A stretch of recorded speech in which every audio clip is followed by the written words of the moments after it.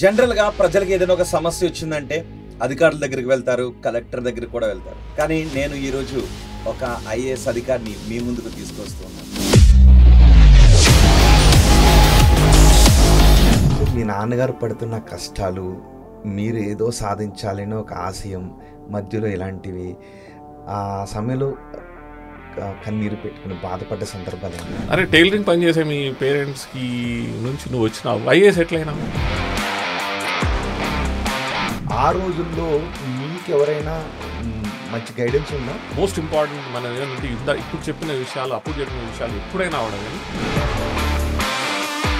మీరు కూడా ఐఏఎస్కి ప్రిపేర్ అవుతూ ఉన్నప్పుడు మీ కుటుంబ నేపథ్యాన్ని బేస్ చేసుకొని అలా అవుతారా, సాధ్యమా, సాధించగలుగుతారని మాటలు ఎక్కడైనా వస్తుంది? స్ట్రగుల్స్ లేనటువంటి వాడు ఎవరైనా సక్సెస్ఫుల్ అయితే చూపించండి నాకు.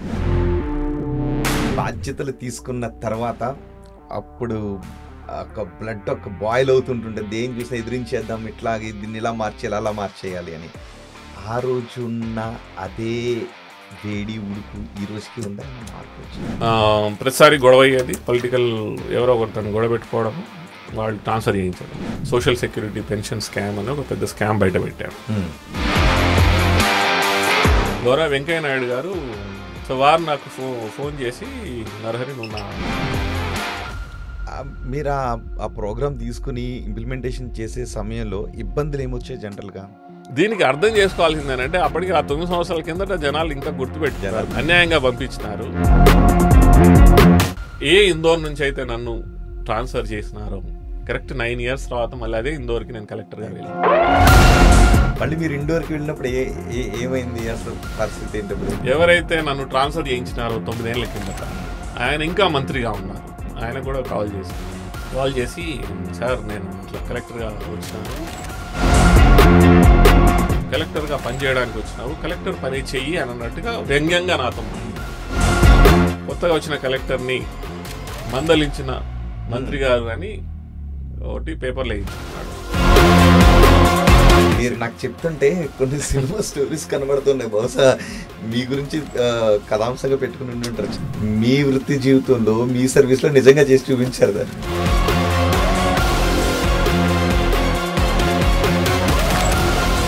హాయ్ ఫ్రెండ్స్, జనరల్గా ప్రజలకు ఏదైనా ఒక సమస్య వచ్చిందంటే అధికారుల దగ్గరికి వెళ్తారు, కలెక్టర్ దగ్గరికి కూడా వెళ్తారు. కానీ నేను ఈరోజు ఒక ఐఏఎస్ అధికారిని మీ ముందుకు తీసుకొస్తూ ఉన్నాను. ఒక విషయం ముందుగా చెప్పాలి. అదేంటి అంటే ఒక వ్యక్తి తీసుకునే నిర్ణయం అతని జీవితాన్ని మార్చేస్తుంది. ఒక అధికారి తీసుకునే నిర్ణయం కోట్లాది మంది జీవితాలను మార్చేసేయచ్చు. ఇదేంటి ఐఏఎస్ అధికారి అన్నారు, ఆయన్ని చూపించుకోండి, ఇవన్నీ చెప్తున్నాడని అనుకుంటూ ఉన్నారా? చాలాసేపటి నుంచి నేను అనుకుంటూ ఉన్నాను ఆయన గురించి ఇంట్రడక్షన్ ఎలా ఇద్దామా అని. చాలా తిరుగుతున్నాయి బ్రెయిన్లో, ఇదా అదా అదా ఇదా, ఏ ఇంట్రడక్షన్ ఎలా ఇద్దామని అన్నీ తక్కువగానే అనిపిస్తున్నాయి. సో నేను ఇక ఎక్కువగా ఇంట్రడక్షన్ ఇవ్వాలని అనుకోవట్లేదు. నేరుగా ఆయన్నే మీ ముందుకు తీసుకుని రావాలని అనుకుంటున్నాను. తీసుకొచ్చేస్తున్నాను. ఐఏఎస్ అధికారి నరహరి గారు. నరహరి గారు ప్రస్తుతం మనతో ఉన్నారు. ఆయన 2001 బ్యాచ్ ఐఏఎస్ అధికారి, మధ్యప్రదేశ్ క్యాడర్, మన తెలుగు వ్యక్తి. ఆయన తీసుకున్న ఎన్నో నిర్ణయాలు ఆడపిల్లల జీవితాలను మార్చేశాయి. ఆయన తీసుకున్న ఆ నిర్ణయం ఎంతోమంది రాజకీయ నాయకులకు ఆదర్శంగా మారింది. వాళ్ళ అధికారంలోకి రావడానికి 15 రాష్ట్రాల్లో రాజకీయాలను మార్చేయడానికి ఆ నిర్ణయం దోహదపడింది. అలాగే కాదు, ఇప్పటికీ మధ్యప్రదేశ్లో ఒక సిటీ దేశంలోని అత్యుత్తమ నగరంగా చెప్పబడుతుంది అంటే దానికి కారణం ఆయనే. ఇలా ఆయన ఎన్నో నిర్ణయాలు తీసుకున్నారు. అంతేకాదు ఎంతోమందిని, 100 మంది ఐఏఎస్ ఐపీఎస్ అధికారులు కావటానికి ఆయన చూపించిన దిశానిర్దేశం, మార్గదర్శకత్వం ఉపయోగపడింది. ఎంతోమంది ఆయన చూసి ఐఏఎస్ ఐపీఎస్లు అయ్యారు. సో ఆయన నుంచి రాజకీయ నాయకులు తెలుసుకోవాల్సింది చాలా ఉంది, ప్రజలు తెలుసుకోవాల్సింది చాలా ఉంది, సమాజం తెలుసుకోవాల్సింది చాలా ఉంది, ముఖ్యంగా యూత్ తెలుసుకోవాల్సింది చాలా ఉంది. సో ఇంటర్వ్యూలో అన్నీ మనం తెలుసుకోబోతున్నాం. సో ఇంట్రడక్షన్ చాలా ఎక్కువైందని అనుకుంటూ ఉన్నారు కదా. సో నేను నరహరి గారితో మాట్లాడతాను. హలో నరహరి గారు. నమస్తే. Thank you Rohit. నమస్తే అండి, ఎలా ఉన్నారు? అవును, నిజంగా నేను అనుకున్నాను జనరల్గా ఐఏఎస్ అధికారి అన్నప్పుడు 2001 కదా. 2001 నుంచి అంటే దాదాపు 25-24 సంవత్సరాలు దాటేసింది. సో చాలా సీరియస్గా ఉంటారు ఇన్ని ఇయర్స్ నుంచి సీనియర్ ఐఏఎస్ అధికారి అని అనుకున్నాను. అప్పుడు మీ వీడియోస్ చూస్తుంటాను అనుకోండి. కానీ ఇలా రియల్గా చూడటం నాకు చాలా హ్యాపీగా ఉంది. కానీ ఇంత నవ్వుతూ ఉన్నారు, ఎక్కడ ఫేస్లో ఒక సీనియర్ అనే ఇది కానీ ఏం కనబట్టలేదు. ఎదిగిన కొద్దీ ఒదగి ఉండాలనేటువంటి భావన మనం ఎంత సాధించినా కూడా కానీ అల్టిమేట్లీ మనం ఎంత సింపుల్గా ఉంటామో అదే మన యూఎస్పి. సో మనం సింపుల్గా ఉండి ఎస్పెషలీ అడ్మినిస్ట్రేషన్లో ప్రజల మధ్య ఉంటాం కాబట్టి ఐఏఎస్ ఆఫీసర్లని ఎంత సింపుల్గా ఉంటే అంత యాక్సెప్టెన్స్ ఉంటుంది. ఎంత మనం ఎయిర్స్ చూపిస్తామో లేకపోతే మనల్ని మనం పెద్దగా చూపించుకుంటాం అంత చిన్నవాళ్ళం అయిపోతాం. సో బెటర్ టు లివ్ సింపుల్గా ఉంటేనే మంచిది. నేను ఇంకొక మాట కూడా చెప్పాలి. ఆయన స్టూడియోకి వచ్చిన తర్వాత కాసేపు మాట్లాడినప్పుడు నేను ఒక ఐఏఎస్ అధికారితో మాట్లాడుతున్నానా, నా ఫ్రెండ్ ఎవరితోనైనా మాట్లాడుతున్నాననే భావన నాకు కలిగింది ఫస్ట్ నేను ఆయనతో మాట్లాడేటప్పుడు. రియలీ గ్రేట్ అండి. Thank you. చాలా నైస్. రైట్. ఈ 24 సంవత్సరాల ఈ ప్రయాణం ఎలా ఉంది ఐఏఎస్గా? మీకు బాధ్యతలు తీసుకున్న రోజు దగ్గర నుంచి ఈ రోజు వరకు. నేను చాలా దిగువ మధ్యతరగతి కుటుంబం నుంచి వచ్చినాను. మా బాపు మా తండ్రి గారు ఒక టైలర్గా పనిచేసేవారు. ఒక చేనేత టైలరింగ్ సామాజిక వర్గాల నుంచి దిగువ మధ్యతరగతి కుటుంబాల నుంచి వచ్చిన వాళ్ళకి ఒక గవర్నమెంట్ జాబ్ పొందడమే చాలా గ్రేట్. అలాంటిది ఒక ఐఏఎస్ సాధించడం అంటే ఒకసారి మా బాబుకి చెప్పాను అనమాట, ఫోన్ చేసి ఇట్లా నేను ఐఏఎస్ కోసం ప్రిపేర్ అవుతున్నాను అంటే, మనం కూడా ఐఏఎస్కి ప్రిపరేషన్ చేసుకోవచ్చా, మనలాంటి వాళ్ళు కూడా ఐఏఎస్ కావచ్చా, కలెక్టర్ కావచ్చా? ఐఏఎస్ అంటే కలెక్టర్ అనే అందరికి కలెక్టర్ కన్నా కూడా కలెక్టర్ కావచ్చా అనేటువంటి ఒక ఆయన అడిగినారనమాట. లేదు మనం ప్రయత్నం చేస్తే మనం గట్టిగా కష్టపడితే అవ్వచ్చు అని ఆయన చెప్పినాను. సో తర్వాత ఫస్ట్ రిజల్ట్ వచ్చిన తర్వాత నేను ఆయనకి ఫోన్ చేసి ఫస్ట్ వారికి చెప్పినాను, బాబు నేను ఐఏఎస్ అయినాను, కలెక్టర్ అయినాను అంటే ఇంకా మా పేరెంట్స్కి అసలు అంటే ఒక సింపుల్ జాబ్ రావడం అనే మన ఇళ్ళల్లో చాలా గ్రేట్గా అసలు చెప్పుకునేది. అది డైరెక్ట్ ఐఏఎస్ కలెక్టర్ అయినారు అని అంటే వారి ఆనందానికి అవధులు లేదు. సో నేనేమంటున్నానంటే కష్టపడి ఒక అంచెలంచెలుగా చదువుకుంటూ ఐఏఎస్ తెచ్చుకున్న తర్వాత ఎంత ఆనందమో ఇప్పుడు ఈ లాస్ట్ 24-25 ఇయర్స్లో కూడా అదే ఉత్సాహంతో ఎప్పుడైతే సర్వీస్లో వచ్చినప్పుడు ఎలాంటి ఒక ఐడియలిస్టిక్ మన మైండ్ సెట్ ఉంటుంది. అండ్ ముఖ్యంగా మాది ఉమ్మడి కరీంనగర్ జిల్లా, ఎక్కడి నుంచి అయితే అన్ని రకాల ఉద్యమాలు పుట్టినాయో, సో అలాంటి ఉద్యమాల గడ్డ దగ్గర నుంచి వచ్చినటువంటి మాకు ఆ ఐడియలిజంతో ముందుకెళ్ళడం, సర్వీస్లో కూడా దాన్ని ఎక్కడో దగ్గర మనసులో పెట్టుకొని మనం వేసే ప్రతి అడుగు, తీసుకున్న ప్రతి నిర్ణయాలు, ఆ పుట్టి పెరిగినటువంటి ప్రాంతం, ఆ సోషియో ఎకనామిక్ కండిషన్, సామాజిక ఆర్థిక ఆ కండిషన్స్ నుంచి వచ్చినవి ఏవైతున్నాయో అది బాగా గట్టి పునాదుల్లాగా మనతో ఉండే. కాబట్టి ఈ సర్వీస్లో కూడా నేను చాలా మంచి సర్వీస్లో తీసుకున్న నిర్ణయాలన్నిటికీ మీరు పుట్టి పెరిగిన నేపథ్యమే కారణం. Yes, absolutely. అండ్ మనం చాలా గర్వంగా చెప్పుకోవాలి. నేను ఇది ఫ్రాంక్గా చెప్తున్నాను. ఇప్పుడు నేను మా తండ్రిగా మా బాపు ఒక టైలర్గా పనిచేస్తున్నాను అనేది నాకు అది యూఎస్పి. చాలా మందికి అది ఏదో అనిపించవచ్చు, కానీ నేను చెప్పుకుంటాను. ఎందుకనంటే అప్పుడు నేను చూసినటువంటి ఆర్థిక ఇబ్బందులు కానీ, కష్టాలు కానీ, మా తల్లిదండ్రులు పడుతున్నటువంటి ఆ ఇబ్బందులు కానీ, అంటే మేము ఒక 5 అన్నదమ్ములు, ఒక చెల్లెళ్ళు, 5 అన్నదమ్ములు చెల్లెళ్ళు. సో అప్పట్లో ఇంత పెద్ద ఒక టైలరింగ్ పని చేసుకుంటూ ఇంత పెద్ద కుటుంబాన్ని ముందు తీసుకెళ్ళడం ఎంత కష్టదాయకంగా ఉంటుందో చాలా ప్రత్యక్షంగా చూసిన వాళ్ళు. అయితే అలాంటి ఇబ్బందులు కూడా మనకి చాలా నేర్పిస్తాయి. ఒక ఐఏఎస్లోకి వచ్చిన తర్వాత కూడా దాని వాల్యూ చాలా ఉంటుంది. అసలు మీ నాన్నగారికి నమస్కారం పెట్టాలి. మీ 5 అన్నదమ్ములు కూడా మంచి చదువులే. అందరం ఇంజనీర్స్. నేను ఇంజనీరింగ్, అందరూ ఇంజనీర్స్ అయ్యారు. మా చెల్లెళ్ళు పిహెచ్డి చేసి ఇప్పుడు అసోసియేట్ ప్రొఫెసర్ విజయనగరం సెంట్రల్ యూనివర్సిటీలో. సో ఈ నేపథ్యం ఏదైతే ఉందో, ఒక చదువు, ఎడ్యుకేషన్ అనే నిచ్చెన. ఇక్కడ సిమెంట్ ఫ్యాక్టరీ ఉంటుంది మాది.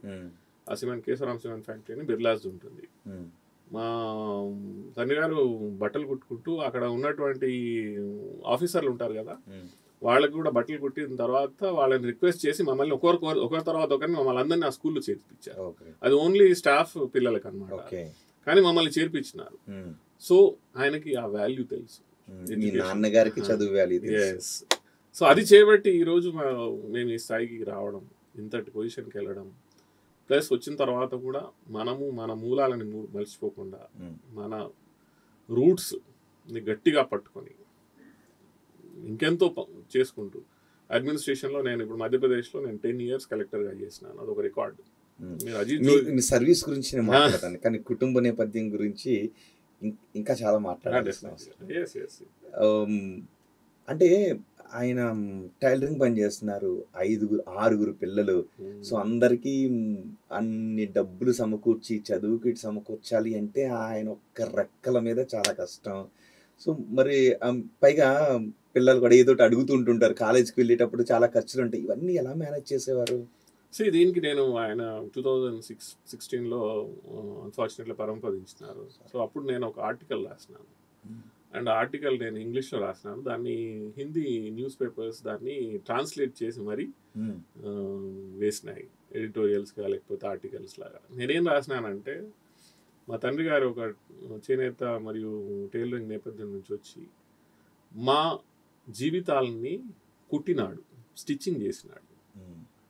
అంటే దీనికి ఎంత నిగూఢమైనటువంటి అర్థం ఉన్నదో మీరు అర్థం చేసుకోవచ్చు. అంటే ఎట్లనైతే ఒక బట్టని వేయడానికి పోగు అల్లడం అవుతుందో, ఒక బట్టని కుట్టడానికి కూడా దాన్ని ఎంతటి శ్రమ, దానికి ఎంతటి నైపుణ్యం అవసరం ఉంటుందో అలాంటిదే మా జీవితాలను ఆయన కుట్టినాడు అనేసి స్టిచ్చింగ్ చేసినాడు అని రాసినాను.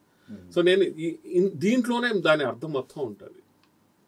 సో ఇట్స్ నాట్ ఈజీ, అది ఈజీ కాదు. కానీ అదే వారు మాకు ఇచ్చినటువంటి ఇన్నర్ కాన్ఫిడెన్స్. ఈరోజు సక్సెస్ఫుల్ అయ్యి ఒక అధికారిగా అంచెలంచెలుగా ఎదగడమే కాకుండా మా ఫ్యామిలీలో ఉన్న మా కజిన్స్ పిల్లలు అందరికీ మేము ఎంతో అసలు మీ కజిన్స్ మీ చుట్టాలు మీ ఊరు కాదు, తెలుగు రాష్ట్రాల్లోనే మీరు చాలా ఆదర్శం అని చెప్పుకోవాలి. ఒకసారి మళ్ళీ నేను తల్లిదండ్రుల దగ్గరికి వస్తాను. ఎన్ని త్యాగాలు చేసి ఉంటారో కదా. చాలా. అసలు మీ పేరెంట్స్ అంటే నాకు తెలుసు, ఎందుకంటే ఎదుగుతున్నప్పుడు చూసాం కదా. దేర్ ఆర్ మెనీ డేస్, అంటే చాలా రోజులు అసలు మినిమం రిక్వైర్మెంట్స్కి, ఇంట్లో మినిమం రిక్వైర్మెంట్స్కి వంట వండడానికి కూడా అప్పుడప్పుడు ఇబ్బందులు ఉన్నటువంటి పరిస్థితులు చాలా చూసాం. సో నేను ఐఏఎస్ నేను హైదరాబాద్ వచ్చిన తర్వాత ఇంజనీరింగ్ జాయిన్ అయిన తర్వాత అప్పుడు ఇవన్నీ బాగా మాకు గుర్తు. అంటే ఒక సన్నివేశం నేను ఎప్పుడు చెప్తా ఉంటాను, ఈ సందర్భంగా నేను అది చెప్పుకోవాలి ఖచ్చితంగా. లోవర్ ట్యాంక్ బండ్లో జేఎన్టీయూలో ఇంజనీరింగ్ కాలేజ్ అడ్మిషన్ కోసం వచ్చిన తర్వాత డే అంతా కూర్చున్నాను. నాకు ఆ రోజు వాసవి కాలేజ్లో ఇంజనీరింగ్ నాకేముందంటే హైదరాబాద్లో మనకి ఫెసిలిటీస్ ఉంటాయి. మనకి ఐఏఎస్ నాకు ఐఐటి సెలెక్షన్ కాలేదు. సో ఐఏఎస్ తెచ్చుకోవాలంటే హైదరాబాద్లో అయితే మనకి ఫెసిలిటీస్ ఉంటాయి, చాలా అవకాశాలు ఉంటాయి, ఆపర్చునిటీస్ ఉంటాయి అనేసి నేను హైదరాబాద్ తీసుకున్నాను. వాసవి ఇంజనీరింగ్ కాలేజ్లో మెకానికల్ ప్రొడక్షన్ ఇంజనీరింగ్ వచ్చింది నా ర్యాంక్కి. సో ఆ రోజు సాయంత్రం అయిపోయింది. అయితే పక్కనే మాకు మాసప్ ట్యాంక్లో కేశవరామ్ సిమెంట్ ఫ్యాక్టరీ వాళ్ళ గెస్ట్ హౌస్ ఉంటుంది. ఆ గెస్ట్ హౌస్కి వెళ్ళాము. సాయంత్రం అవుతుంది, అరౌండ్ 6-7 అవుతుంది. సో డే అంతా ఏం తినలేదు మేమిద్దరం. సో సాయంత్రం ఆ గెస్ట్ హౌస్కి వెళ్ళిన తర్వాత నేను చెప్పాను, బాబు నాకు చాలా ఆకలి వేస్తుంది, ఏదైనా తినడానికి వెళ్దామంటే సరే వెళ్దాం అనేసి నన్ను తీసుకొని వెళ్ళాడు. మీరు ఎప్పుడైనా మాసప్ ట్యాంక్ నుంచి టువర్డ్స్ మెహదీపట్నం చిన్న రూట్ ఉంటుంది, ఇప్పుడు అక్కడ ఫ్లైఓవర్ వచ్చింది. సో ఆ రూట్లో నన్ను అటు ఇటు తింపాడు 4 సార్లు. అక్కడ చిన్న హోటల్స్ ఉన్నాయి, ఏదంటే లోపలికి తీసుకెళ్ళట్లేదు, బయటే 4 సార్లు అటు ఇటు తిప్పుతున్నాడు అనేసి నేను కాసేపు అయిన తర్వాత అడిగినాను, ఏంటి అసలు తినాలి కదా ఆకలిస్తుందని. అంటే నాన్న నా జేబులో పైసలు లేవని అన్నాడు. So this is what I tell. ఆ పొజిషన్ నుంచి తిన్నగా వాపస్ వెళ్ళాము. అక్కడ గెస్ట్ హౌస్లో మా ఊళ్ళో పనిచేసే ఒక కుక్ ఉంటాడు, మా ఊరు అతనే, ఆయన రూమ్లో పడుకున్నాము, పొద్దున వెళ్ళిపోయాము. ఆ తర్వాత నేను హైదరాబాద్ మళ్ళీ వచ్చిన తర్వాత నేను ఐ టుక్ హోమ్ ట్యూషన్స్ తీసుకునేవాడిని, ట్యూషన్స్ చెప్పుకొని పేపర్లు దిద్దేవాడిని, క్లాసెస్ ఇంటర్మీడియట్ స్టూడెంట్స్ క్లాసెస్ తీసుకునేవాడిని. సో ఇవన్నీ అంటే ఈ నేపథ్యం చెప్పేది ఏంటంటే, ఇవన్నీ మనల్ని ఎప్పుడూ కానీ మనల్ని కుంగదీయకూడదు. ఈ ఇష్యూస్ అన్నీ తల్లిదండ్రులు మనకి నేర్పించేది ఏమిటంటే, ఎలాంటి పరిస్థితులు అయినా కూడా కానీ మనం గట్టిగా ఉండాలి. అండ్ ఇది మనకి మళ్ళీ ఇప్పుడు ఐఏఎస్ లాంటి సర్వీస్ వచ్చిన తర్వాత ఇది చాలా ఉపయోగపడతాయి ఇలాంటి నేపథ్యం. చాలా మందికి అనిపిస్తుంది ఏంటంటే ఈ నేపథ్యం మనకి అసలు మనల్ని ఎటు తీసుకెళ్ళలేదు కావచ్చు అనిపిస్తుంది. కానీ ఈ నేపథ్యం మనల్ని చాలా దృఢమైనటువంటి వ్యక్తిత్వం తయారు చేస్తుంది. సో అందుకని ఆ నేపథ్యం చాలా ఇంపార్టెంట్. ఎలాంటి పరిస్థితులనైనా ఎదుర్కొని నిలబడగలిగే ధైర్యాన్ని ఇస్తుంది కదా. ఎస్. సో మనకి ఇప్పుడు సర్వీస్లోకి వచ్చిన తర్వాత నన్ను చాలా మంది అడుగుతారు, మీరు సర్వీస్లోకి వచ్చిన తర్వాత చాలా పొలిటికల్ ప్రెషర్స్ ఉంటాయి, చాలా మనము యుక్త వయసులో చూసినటువంటి ఈ నేపథ్యం ఇవన్నీ చూసుకుంటే ఆ ప్రెషర్స్ చాలా సింపుల్ అనిపిస్తాయి. ఆలవోకగా ఈజీగా వాటిని మనం దాటుకొని ముందుకెళ్ళగలుగుతాం.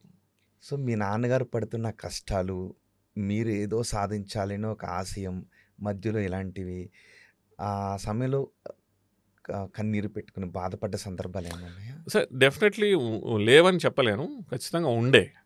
కానీ దీంట్లో మీకు ఒక మంచి ఇంపార్టెంట్ విషయం చెప్తాను. మనం సరదాగా మాట్లాడుకుంటున్నాం కాబట్టి, మన డిఎన్ఏ మనం మన పేరెంట్స్, మన ఫోర్ ఫాదర్స్, మన తాతల ముత్తాతల నుంచి మనకు కొంత డిఎన్ఏ వస్తుంది మనకి. సో మనం అందరం బాగా అర్థం చేసుకోవాల్సింది ఏంటంటే, మన ఇమీడియట్ నేపథ్యం ఏమిటి అనే దానికంటే మన డిఎన్ఏలో ఆల్ టైప్స్ ఆఫ్ క్వాలిటీస్ మనకి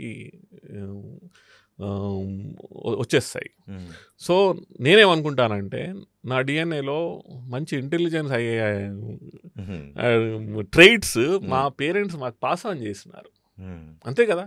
అవును. అరే ఇప్పుడు నేను ఐఏఎస్ అయ్యానంటే ఇంటెలిజెంటే. అంటే చిన్నప్పటి నుంచి క్లాస్ ఫస్ట్, ఎప్పుడు స్కూల్ ఫస్ట్, కాలేజ్ ఫస్ట్, అన్నీ ఫస్ట్. ఐఏఎస్ కూడా తెచ్చుకున్నాము. సో అరే టైలరింగ్ పని చేసే మీ పేరెంట్స్కి నుంచి నువ్వు వచ్చినావు, ఐఏఎస్ ఎట్లయినావు?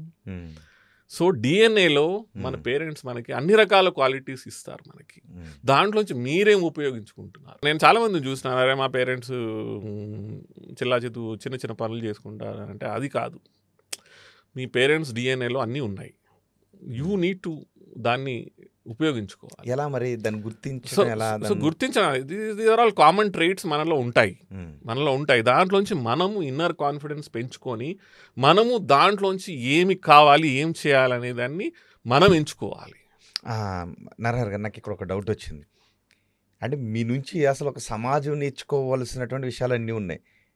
మీరు దిగువ మధ్య తరగతిలో ఉన్నారు, పెద్ద కుటుంబం, 6 సంతానం, అందరినీ కూడా మంచి ఉన్నత స్థాయిలోకి తీసుకువెళ్ళారు మీ పేరెంట్స్. మీరు కూడా వాటిని అందిపుచ్చుకుంటూ ఎక్కడ కూడా డిసప్పాయింట్ కాకుండా మీరు అవకాశాలని, అండ్ చిన్నప్పటి నుంచి స్కూల్ ఫస్ట్ అని కూడా చెప్పారు.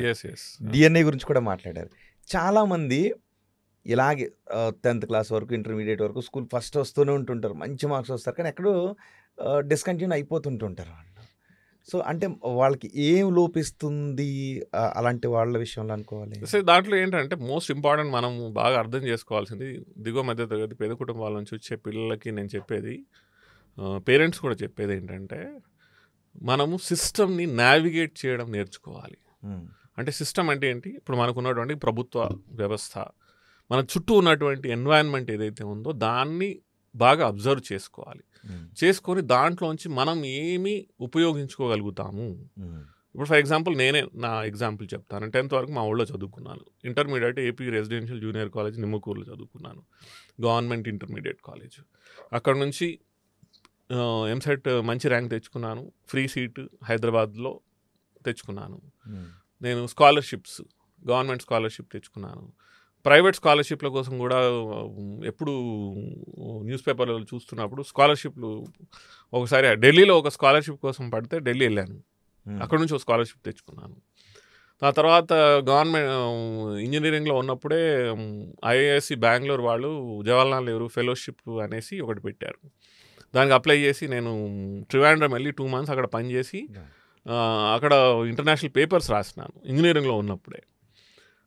తర్వాత నేను వాసవి ఇంజనీరింగ్ కాలేజు టాపర్ని, అన్ని కోర్సెస్ అన్ని దీంట్లో, ఉస్మానియా యూనివర్సిటీ టాపర్ని. తర్వాత నేను ఇండియన్ ఇంజనీరింగ్ సర్వీసెస్ తెచ్చుకున్నాను ఫస్ట్ అటెంప్ట్లో. ఐఏఎస్ కోసం నేను ప్రైవేట్ కోచింగ్ సెంటర్కి వెళ్ళి, నేను AP study circle lower tank బండ్లో ఉన్న అంబేద్కర్ భవన్లో ప్లస్ బీసీ స్టడీ సర్కిల్ దాంట్లో చదువుకున్నాను నేను. సో నేనేం ప్రైవేట్ స్టడీ సర్కిల్స్కి వెళ్ళలేదు. సో ఈరోజు ప్రభుత్వాలు దిగువ మధ్యతరగతి కుటుంబాలు, పేద కుటుంబాల పిల్లల కోసం స్కాలర్షిప్స్, సైకిళ్ళు అమ్మాయిలకి, ఫీజు రీయింబర్స్మెంట్లు, విదేశాల్లో చదువుకోవడానికి ఫీజులు కడుతున్నారు, మీకు కోచింగ్ సెంటర్స్, అన్ని రకాల ఫెసిలిటీస్ ఇవన్నీ మన చుట్టూ ఉన్నాయి. సో అప్పుడు అవకాశాలు లేని సమయంలోనే మీరు అద్భుతాలు చేశారు. ఇప్పుడు చుట్టూ ప్రభుత్వం కల్పిస్తున్న అవకాశాలు ఉన్నాయి, వాటిని ఉపయోగించుకోవాలి. ఎగ్జాక్ట్లీ, వాటిని ఉపయోగించుకోగలిగితే దాన్నే మనం సిస్టమ్ని నావిగేట్ చేయడం అంట. మనం సిస్టంలో ఏ విధంగా మన దారి మనం వెతుక్కొని మనం ముందుకు పోగలుగుతాం, ఇది మనకు కావాల్సింది. నారాయణ గారు, ఓకే, ఇప్పుడు మీరు చాలామందికి మార్గదర్శకాన్ని చూపిస్తూ ఉన్నారు. ఆ రోజుల్లో మీకు ఎవరైనా మంచి గైడెన్స్ ఉందా? ఆ రోజుల్లో యాక్చువల్గా గైడెన్స్ ఎవరు ఇవ్వలేదు, నేనే ఎత్తుకున్నాను. కానీ మోస్ట్ ఇంపార్టెంట్ మనం ఏంటంటే ఇప్పుడు చెప్పిన విషయాలు, అప్పుడు చెప్పిన విషయాలు ఎప్పుడైనా అవడం, కానీ మనకు కావాల్సింది మన ఇన్నర్ సెల్ఫ్ కాన్ఫిడెన్స్. నేను ఇది సాధించగలుగుతాను, నేను చేయగలుగుతాను, నేను ఈ తోవలో వెళ్ళి గమ్యాన్ని చేరుకోగలుగుతాను అనేటువంటి ఇన్నర్ కాన్ఫిడెన్స్ చాలా ఇంపార్టెంట్. నాకు ఇప్పుడు అర్థమైంది ఒకటి, అంటే తెలివైన వాళ్ళు చాలామంది ఉంటారు, సరైన గైడెన్స్ ఉంటే ఎక్కువ మంది అద్భుతాలు సాధించగలుగుతారు, లేదంటే కొంచెం మంది మీలాంటి వాళ్ళు అద్భుతాలు సాధించగలుగుతారు. ఇప్పుడు మీరు ఎంతోమందికి ఆ మార్గదర్శకాన్ని చూపించడం ద్వారా వందలాది మంది ఐఏఎస్లు ఐపీఎస్లు కాగలుగుతున్నారంటే మంచి గైడెన్స్. ఎగ్జాక్ట్లీ. సో నేనేమంటున్నానంటే, అఫ్కోర్స్ నేను ఆ టైంలో అంటే ఇప్పుడు నేను AP study circle lower tank మాడ్లో చదువుకున్నా. అక్కడ చాలామంది నాతో పాటు ఇంకో 2 ఐఏఎస్ అయ్యారు అదే బ్యాచ్లో. మేము ఒక 25-30 మంది వరకు ఆ ఏపీ స్టడీ సర్కిల్ నుంచి వివిధ సర్వీసెస్లోకి సెలెక్ట్ అయినాము. మసూరి వెళ్ళినాము కంబైన్డ్ ట్రైనింగ్ కోసం కూడా. సో ఆ రోజు కంటే ఈరోజు ఫెసిలిటీస్ పెరిగినాయి. ఆ రోజు కంటే ఈరోజు కమ్యూనికేషన్, ఎస్పెషల్లీ ఇప్పుడు మీరు యూట్యూబ్ ఛానల్స్, ఆన్లైన్ ఫెసిలిటీస్ ఇవన్నీ చాలా పెరిగినాయి. సో ఇప్పుడున్నటువంటి గైడెన్స్ చాలా ఎక్కువ. సో నేను ఆ రోజు ఏం సాధించినా కూడా నేనేమనుకున్నానంటే, నేను ఒక్కరిని ఐఏఎస్ అవ్వడం కాదు, నాలాంటి వాళ్ళు ఇంకో 10 మందిని తయారు చేయాలి. ఆ విధంగా నేను ఇప్పుడు వీకెండ్స్ వచ్చినాయనంటే ఆన్లైన్ గైడెన్స్ ఇవ్వడం, ఎస్పెషలీ స్టూడెంట్స్కి, క్యాండిడేట్స్కి ఎవరైతే నిరుత్సాహపడతా ఉంటారో వాళ్ళకి ప్రోత్సహించే విధంగా ఇంటర్వ్యూ గైడెన్స్, చాలా ఆర్గనైజేషన్స్కి నేను మెంటర్గా కూడా పనిచేస్తున్నాను. వాళ్ళకి చాలా ఆర్గనైజేషన్స్ దగ్గర పైసలు ఉంటాయి, కానీ ఎవరి మీద పెట్టాలి, ఎలాంటి స్టూడెంట్స్కి హెల్ప్ చేయాలి తెలియదు. సో వాళ్ళకి కూడా నేను గైడెన్స్ ఇస్తూ ఉంటాను.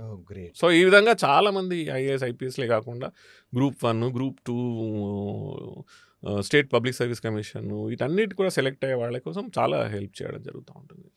కానీ అప్పటి విద్యా వ్యవస్థకి ఇప్పటి విద్యా వ్యవస్థలోనూ చాలా మార్పులు వచ్చేసాయి. సో ఇప్పుడు విద్య అనేది చాలా కాస్ట్లీ అఫేర్ అయిపోయింది. ఇప్పటికీ ప్రభుత్వ స్కూళ్ళలో చదువుతున్న వాళ్ళు ఉన్నారు, కానీ ఏదైనా సాధించాలి అంటే ప్రైవేట్ స్కూళ్ళలో ఇంత ఖర్చు పెట్టి చదివించాలి అనే ఆలోచన ఎక్కువగా ఉంది. సో మీరు కూడా ప్రభుత్వ స్కూల్ అని చదివారు, ఇప్పుడు ప్రభుత్వ స్కూళ్ళలో చదువుతున్న వాళ్ళు మీలాగా అద్భుతాలు చేసే అవకాశం ఉందా? ఎప్పుడైనా ఉంటుంది అది. ఇప్పుడు నేను ఎగ్జాంపుల్ ఏమిస్తానంటే, 125 ఏళ్ళ కిందట, 100 ఏళ్ళ కిందట అంబేద్కర్ కూడా బరోడా మహారాజ్ దగ్గర స్కాలర్షిప్ తీసుకొని ఆయన లండన్ వెళ్ళి బ్యారిస్టర్ చదివి LLB చేసి వచ్చాడు. సో అప్పుడు ఆయన స్కాలర్షిప్ తీసుకున్నాడు. 100 years బ్యాక్ స్టోరీ అది. నేను చెప్పేది నాది 25 years బ్యాక్ స్టోరీ. సో ఈ స్టోరీస్ ఎప్పుడూ ఉంటాయి, ఈ రాబోయే కాలంలో కూడా ఇలాంటి స్టోరీస్ ఉంటాయి. కానీ రిలేటివ్గా మనం చూసుకున్నట్టయితే పావర్టీ లెవెల్స్ తగ్గినాయి. పావర్టీ లెవెల్స్, దిగువ మధ్యతరగతి వాళ్ళు మధ్యతరగతిలోకి చాలామంది వచ్చేస్తున్నారు, మధ్యతరగతి వాళ్ళు అప్పర్ మిడిల్ క్లాస్కి వెళ్ళిపోయినారు. సో ఈ పేయింగ్ కెపాసిటీ పెరుగుతూ ఉంది. ఎస్పెషల్లీ దక్షిణ భారతదేశంలో మల్టీ డైమెన్షనల్ పావర్టీ అంటాం. మల్టీ డైమెన్షనల్ పావర్టీ చాలా తగ్గింది with time. But what I'm saying is, ఆనిముత్యాలు అక్కడ ఉంటారు, ఇక్కడ ఉంటారు, అన్ని చోట్ల ఉంటారు. సో మనం ఎక్కువ ఇప్పుడు మాట్లాడుకుంటున్నది నేపథ్యం ఏమిటంటే, దిగువ మధ్యతరగతి పేద కుటుంబాలు వచ్చే నేపథ్యం మాట్లాడుకుంటున్నాం కాబట్టి, అది గవర్నమెంట్ స్కూల్ వ్యవస్థ, ప్రైవేట్ స్కూల్ వ్యవస్థ కంటే ఇంపార్టెంట్ ఏంటంటే, ఎవరికైతే ఈ ఆత్మ న్యూనతాభావం ఉంటుందో, అది మేము సాధించలేము, మేము చేయలేము, మా దగ్గర పైసలు ఉండాలి, మా దగ్గర కోచింగ్కి వెళ్ళాలంటే పైసలు అవసరము, లేకపోతే హైదరాబాదు పెద్ద పట్టణాల్లోకి వెళ్ళి అక్కడ ఉండి రూమ్ తీసుకొని క్లాసెస్కి, కోచింగ్కి వెళ్ళి, ఇవి అవసరం లేదు. మనకి చాలా వ్యవస్థలు ప్రభుత్వాలు క్రియేట్ చేసినాయి. అదేవిధంగా చాలా కమ్యూనిటీస్ కూడా దీంట్లో హెల్ప్ చేస్తున్నాయి. ఫస్ట్ మీరు వెతకండి. అంటే మన లక్ష్యాన్ని మనం పొందాలని అంటే మనం మన ఇళ్ళల్లో కూర్చుంటే మనం పొందలేము. మనం ఇంట్లోంచి బయటికి వెళ్ళాలి. బయటకు వచ్చి ఎలాంటి ఫెసిలిటీస్, ఎలాంటి సపోర్ట్ సిస్టమ్స్ ఉన్నాయనేది మనం వెతికితే మనం గమ్యాన్ని చేరుకోగలుగుతాం. ఇంట్లో కూర్చొని తన 4 గోడల మధ్యలో కూర్చొని ఆర్టిఫిషియల్ గోడ కట్టుకొని నీ గోడ దూకలేనని అనుకుంటే మీకు దూకలేరు అంతే. నేను ఇది దూకగలుగుతానంటే నువ్వు 6 అడుగులున్నా 20 అడుగులున్నా దూకగలుగుతావు. ఆ రోజు అంబేద్కర్ 100 సంవత్సరాల కిందట చేయగలిగితే నేను ఈరోజు ఎందుకు చేయలేను? ఇన్ని అవకాశాలు ఉన్నాయి. సో నేను యూత్కి చెప్పేది ఇదే, ఆత్మ న్యూనతాభావం అవసరం లేదు. ఫెసిలిటీస్ చాలా ఉన్నాయి, మీరు వెతకండి, కమ్అవుట్, మీరు బయటికి రండి. 100% మీరు అవకాశాలు, ఆపర్చునిటీస్ మీ దగ్గరికి వస్తాయి. మీరు అనుకున్న లక్ష్యాన్ని సాధించగలుగుతారు. ఓకే, నేను మళ్ళీ మీ కుటుంబం దగ్గరికి వస్తాను. 5 అన్నదమ్ములు, ఒక చెల్లి. ఇప్పుడు 2 అన్నదమ్ములు ఉంటేనే దేనికో దానికి కొట్టుకుని చచ్చిపోతున్నారు, కొట్టేసుకుంటున్నారు ఆస్తుల కోసం అలా అని. మీరు అంతమంది ఎలా ఐక్యమత్యంగా ఎలా ఉండేవారు? మీ బాండింగ్ ఎలా ఉండేది? అప్పుడు బాండింగ్, ఇప్పుడు కూడా బాండింగే. సో ఇప్పుడు మా ఊళ్ళో మేము కలిసే ఉంటాము. మా నాన్నగారు అప్పుడు, మా బాపు అప్పుడు కట్టినటువంటి చిన్న ఇల్లు కాకుండా ఇప్పుడు పెద్ద ఇల్లు కట్టాను నేను. మేము అందరం బ్రదర్స్ కలిసే ఉంటాము. సంవత్సరానికి 4 సార్లు కనీసం మా మదర్ ఉంటారు, ఊళ్ళోనే ఉంటారు అమ్మగారు. మా పెద్దన్నయ్య, మా బాబు చనిపోయినారు కదా, ఆయన షిఫ్ట్ అయిపోయారు ఊరికి. మా ఇంకో అన్నయ్య కూడా ఇప్పుడు ఆ సిమెంట్ ఫ్యాక్టరీలోనే వేరే దగ్గర పనిచేయాలి, ఇప్పుడు మళ్ళీ వాపసు వచ్చేసారు. మేము కనీసం సంవత్సరానికి 4 సార్లు మేమే 25 మంది అవుతాము పిల్లలతో సహా. దసరా కానీ, సంవత్సరం మా తండ్రి గారి ఆయన యానివర్సరీకి కానీ, అదేవిధంగా ఎవ్రీ ఇయర్ మా ఫాదర్ పేరు మీద నేను మార్చ్ ఏప్రిల్లో ఒక ప్రోగ్రామ్ చేస్తాను ఆయన సంస్మరణార్థం. మా తండ్రి గారి పేరు మీద నేను ఒక విజన్ సెంటర్ కూడా ఎస్టాబ్లిష్ చేశాను ఊళ్ళో. విజన్ సెంటర్ చాలా బాగా వర్క్ చేస్తుంది 2 years నుంచి. దాంట్లో ఫ్రీ ఐ చెకప్స్ చేస్తాము. మా పెద్దన్నయ్య చూసుకుంటాడు. నేను ఒక ఫౌండేషన్ కూడా 2014 నుంచి, ఎప్పుడైతే తెలంగాణ ఏర్పాటు అయిందో, తెలంగాణ పునర్నిర్మాణంలో మన భాగం ఏంటి అని, ప్లస్ ముఖ్యంగా నేను ఇందాక చెప్పిన ఈ ఎడ్యుకేషన్, ఈ దిగువ మధ్యతరగతి పిల్లలకి గవర్నమెంట్ స్కూళ్ళలోకి వెళ్ళి అసలు ఈ సిస్టమ్ని నావిగేట్ ఎలా చేయాలి అని ఫౌండేషన్ ద్వారా ఈ వర్క్స్ అన్ని చేస్తున్నాం.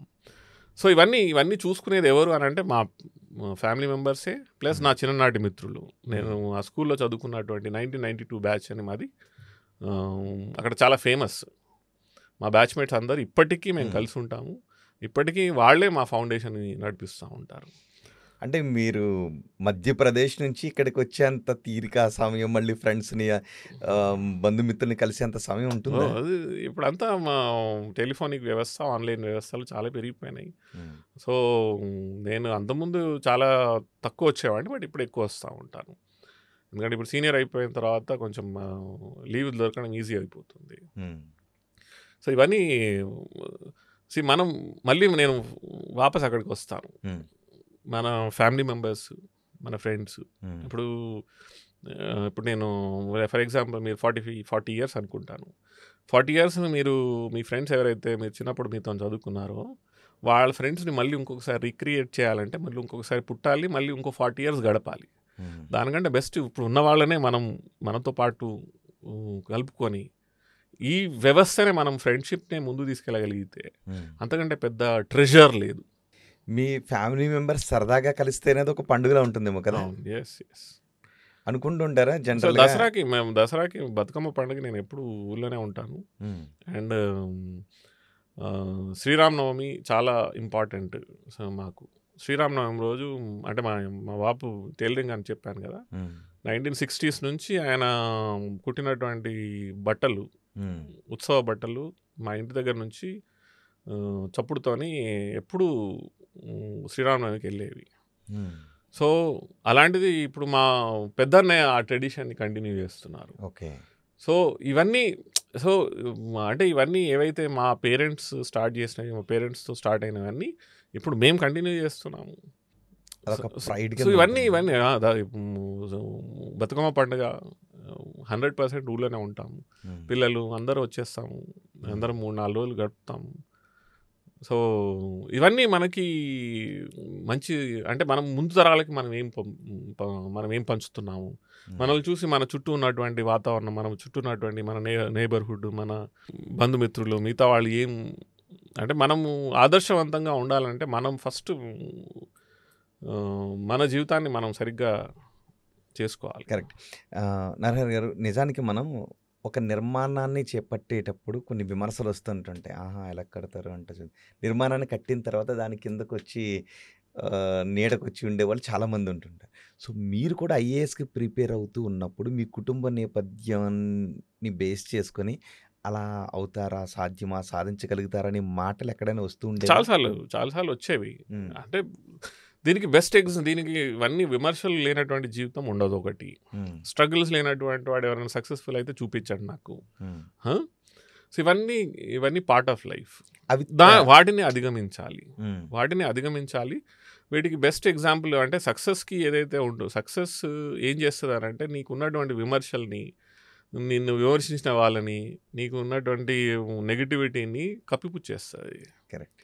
సో మనం ఎక్కువ ఆలోచించాల్సింది అల్టిమేట్గా సక్సెస్ వచ్చిన తర్వాత మిగతా అన్ని రకాల నోర్లు మూసుకుపోతాయి, అన్ని రకాల విమర్శలు మాయమైపోతాయి. సో మనం వాటిని పట్టించుకోవద్దు. మీరు ఇన్ని కష్టాలు అనుభవించారు, మీ నాన్నగారు కూడా వెళ్ళినప్పుడు ఆ పస్తులున్న సందర్భాలు ఇవన్నీ గుర్తున్నాయి కదా. ఒక్కసారి మీరు ర్యాంక్ సాధించిన తర్వాత ఫస్ట్ ఎవరికి చెప్పారు? బస్సు మీ నాన్నగారికి చెప్పుంటారు. ఆ క్షణం ఆయన కళ్ళలో ఏం కనిపించింది మీకు? మీ మదిలో ఉన్న ఆలోచన ఏంటి ఆ క్షణం? నాకు తెలిసినంత వరకు అంటే నేను ఆ సన్నివేశం నేను ఎందుకంటే ఫోన్లో ఆయనకు చెప్పినాను. డెఫినెట్గా వాళ్ళకి ఆనంద బాష్పాలు ఖచ్చితంగా వచ్చినాయి. ఆ తర్వాత నేను మా ఊరు వెళ్ళాను. మళ్ళీ మా ఊరు వెళ్ళిన తర్వాత నన్ను తీసుకొని ఆ సిమెంట్ ఫ్యాక్టరీ ఏదైతే ఉందో, సిమెంట్ ఫ్యాక్టరీలో ఉన్న పెద్ద పెద్ద ఆఫీసర్లు ఉంటారు కదా, వాళ్ళందరి దగ్గర తీసుకెళ్ళినాను. తీసుకెళ్ళి మా అబ్బాయి ఐఏఎస్ అయ్యాడు, కలెక్టర్ అయ్యాడు అనేసి అందరికీ చెప్పాడు అనమాట. అందరికీ చూపించాడు, అందరికీ చెప్పాడు. సో దిస్ ఈజ్ ఒక జీవితకాలంలో, ఇది మనం బాగా గుర్తుపెట్టుకోవాల్సింది ఏంటంటే, ఒక జీవితకాలంలో రెండు సన్నివేశాలు. ఒకటి కష్టాలు పడుతున్నప్పుడు స్ట్రగుల్స్ అవుతున్నటువంటి జీవితం. దాని తర్వాత ఇంకొకటి ఇలాంటి సన్నివేశం వెన్ అంటే యువర్ ఓన్ సన్, కొడుకు ఐఏఎస్ ఆఫీసర్ అయినాడు అని చెప్పుకోవడం, ప్రైడ్గా అందరి దగ్గర తీసుకెళ్ళి చూపించుకోవడం. ఈ సన్నివేశం ఒక జీవితకాలంలో, రెండు సన్నివేశాలు ఒక జీవితకాలంలో. సో ఇది ఇంతకంటే మనం ఇంతకంటే ఇచ్చేది ఏముంటుంది, చేయగలిగింది ఏముంటుంది? కరెక్ట్. ఓకే, ఇక మీ వృత్తి జీవితంలోకి మనం వద్దాం. బాధ్యతలు తీసుకున్న తర్వాత అప్పుడు ఒక బ్లడ్ బాయిల్ అవుతుంటుంటుంది, దేని చూసినా ఎదిరించేద్దాం, ఇట్లాగే దీన్ని ఇలా మార్చేయాలి, అలా మార్చేయాలి అని. ఆ రోజున్న అదే వేడి ఉడుకు ఈ రోజుకి ఉందా, ఏమన్నా మార్పు వచ్చింది? అసలు దీంట్లో నేను రెండు ఫేజెస్ చెప్తాను ఐఏఎస్లోకి వచ్చిన తర్వాత. అంటే జనరల్గా అందరూ చూస్తూ ఉంటారు, అంటే ఐఏఎస్ ఆఫీసర్ని చాలామంది చూసే ఉంటారు మీరు, అంటే చూసేవాళ్ళు మన ఆడియన్స్ కూడా. స్టార్టింగ్ ఫేజ్ ఎలా ఉంటుందంటే, నేను ఫస్ట్ 6 years ఆఫ్ సర్వీస్లో 7 times ట్రాన్స్ఫర్ అయింది నాకు. 6 years. ప్రతిసారి గొడవ అయ్యేది, పొలిటికల్ ఎవరో ఒకరు తను గొడవ పెట్టుకోవడం, వాళ్ళు ట్రాన్స్ఫర్ చేయించడం. నేను ఇందోర్ మున్సిపల్ కమిషనర్గా ఉండే 2005లో 6లో. నేను అక్కడ మధ్యప్రదేశ్లో బాగా చెప్పుకుంటారు, సోషల్ సెక్యూరిటీ పెన్షన్ స్కామ్ అని ఒక పెద్ద స్కామ్ బయట పెట్టారు.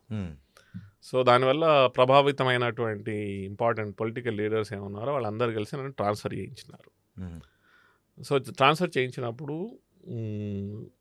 Indore city 3 days bandh ప్రకటించినారు.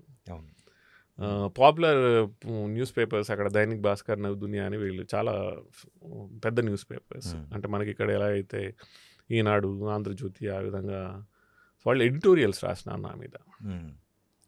దైనిక్ భాస్కర్ ఏం చేసిందంటే ఒక సర్వే కండక్ట్ చేసింది, నరహరి ఐఏఎస్ ఆఫీసర్ ట్రాన్స్ఫర్ కరెక్టా కాదా అని ఒక సర్వే కూడా కండక్ట్ చేసినారు. సో నేను చెప్పేది ఏంటంటే, మన ట్రాన్స్ఫర్ ఎంత ఇన్ఫ్లుయెన్స్ అంటే ఎంత ప్రభావితం చేయగలిగింది, కామన్ మ్యాన్ని కూడా థింక్ చేయగలిగింది, ఇంపార్టెంట్ మీడియా కూడా దాన్ని ఎంత పెద్ద ఎత్తున దాన్ని మీద ఫోకస్ చేసింది. ఆ తర్వాత 9 years తర్వాత నేను కలెక్టర్గా వెళ్ళాను అదే సిటీకి. అప్పుడు జనం అందరూ గొడవ చేశారు కదా, ఏమైంది తర్వాత ఏమైంది? తర్వాత ఏమైందంటే అంటే బేసికలీ మేము ఆఫీసర్లం కదా, ఆఫీసర్లను ట్రాన్స్ఫర్ అవుతాము, ప్రజాప్రతినిధులు ట్రాన్స్ఫర్ కదా, ప్రతీకార ట్రాన్స్ఫర్ కదా. సో అది జరిగింది. ఓకే, సో మీరు ఇందాక అడిగిన ప్రశ్నకి నేను జవాబు చెప్తాను. తర్వాత ఏమైందని సో అందరిలోనూ తెలుసుకోవాలని ఉంటుంది కదా. సో ఎగ్జాక్ట్లీ 9 years తర్వాత నేను అదే డిస్ట్రిక్ట్ కలెక్టర్గా వెళ్ళాను.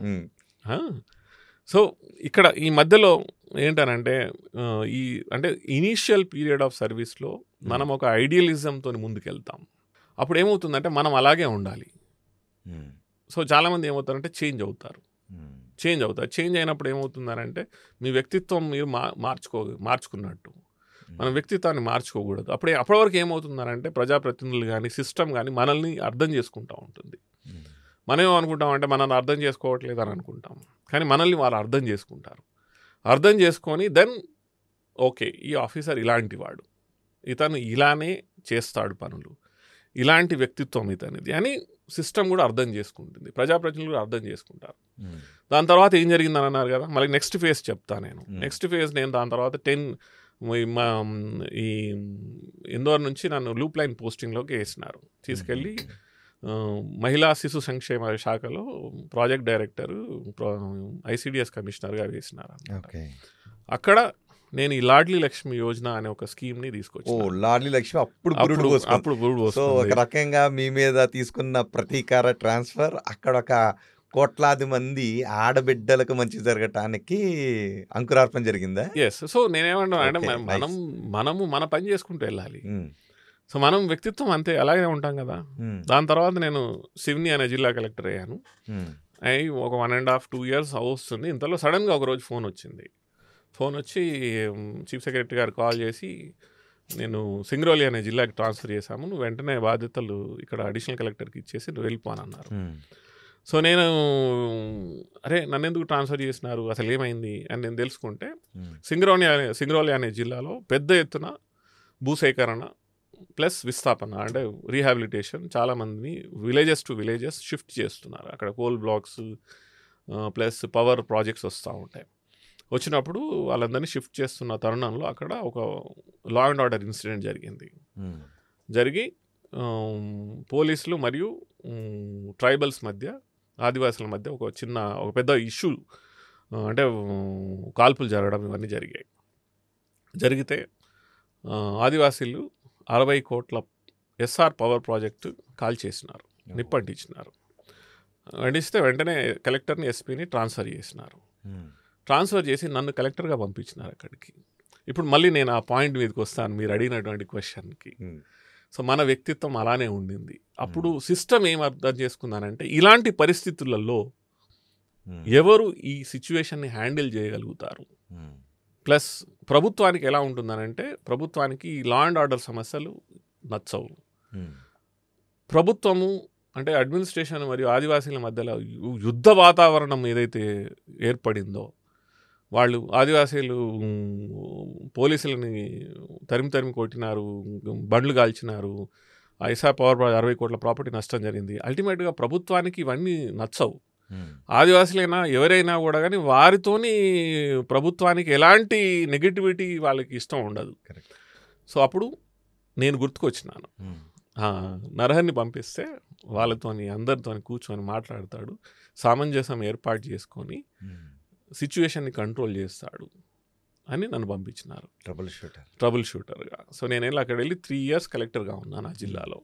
ఉండి ఒక్కరోజు కూడా లా అండ్ ఆర్డర్ ప్రాబ్లం అవ్వలేదు, ఒక్కరోజు కూడా కర్ఫ్యూ విధించలేదు, ఒక్కరోజు కూడా 144 సెక్షన్ విధించలేదు.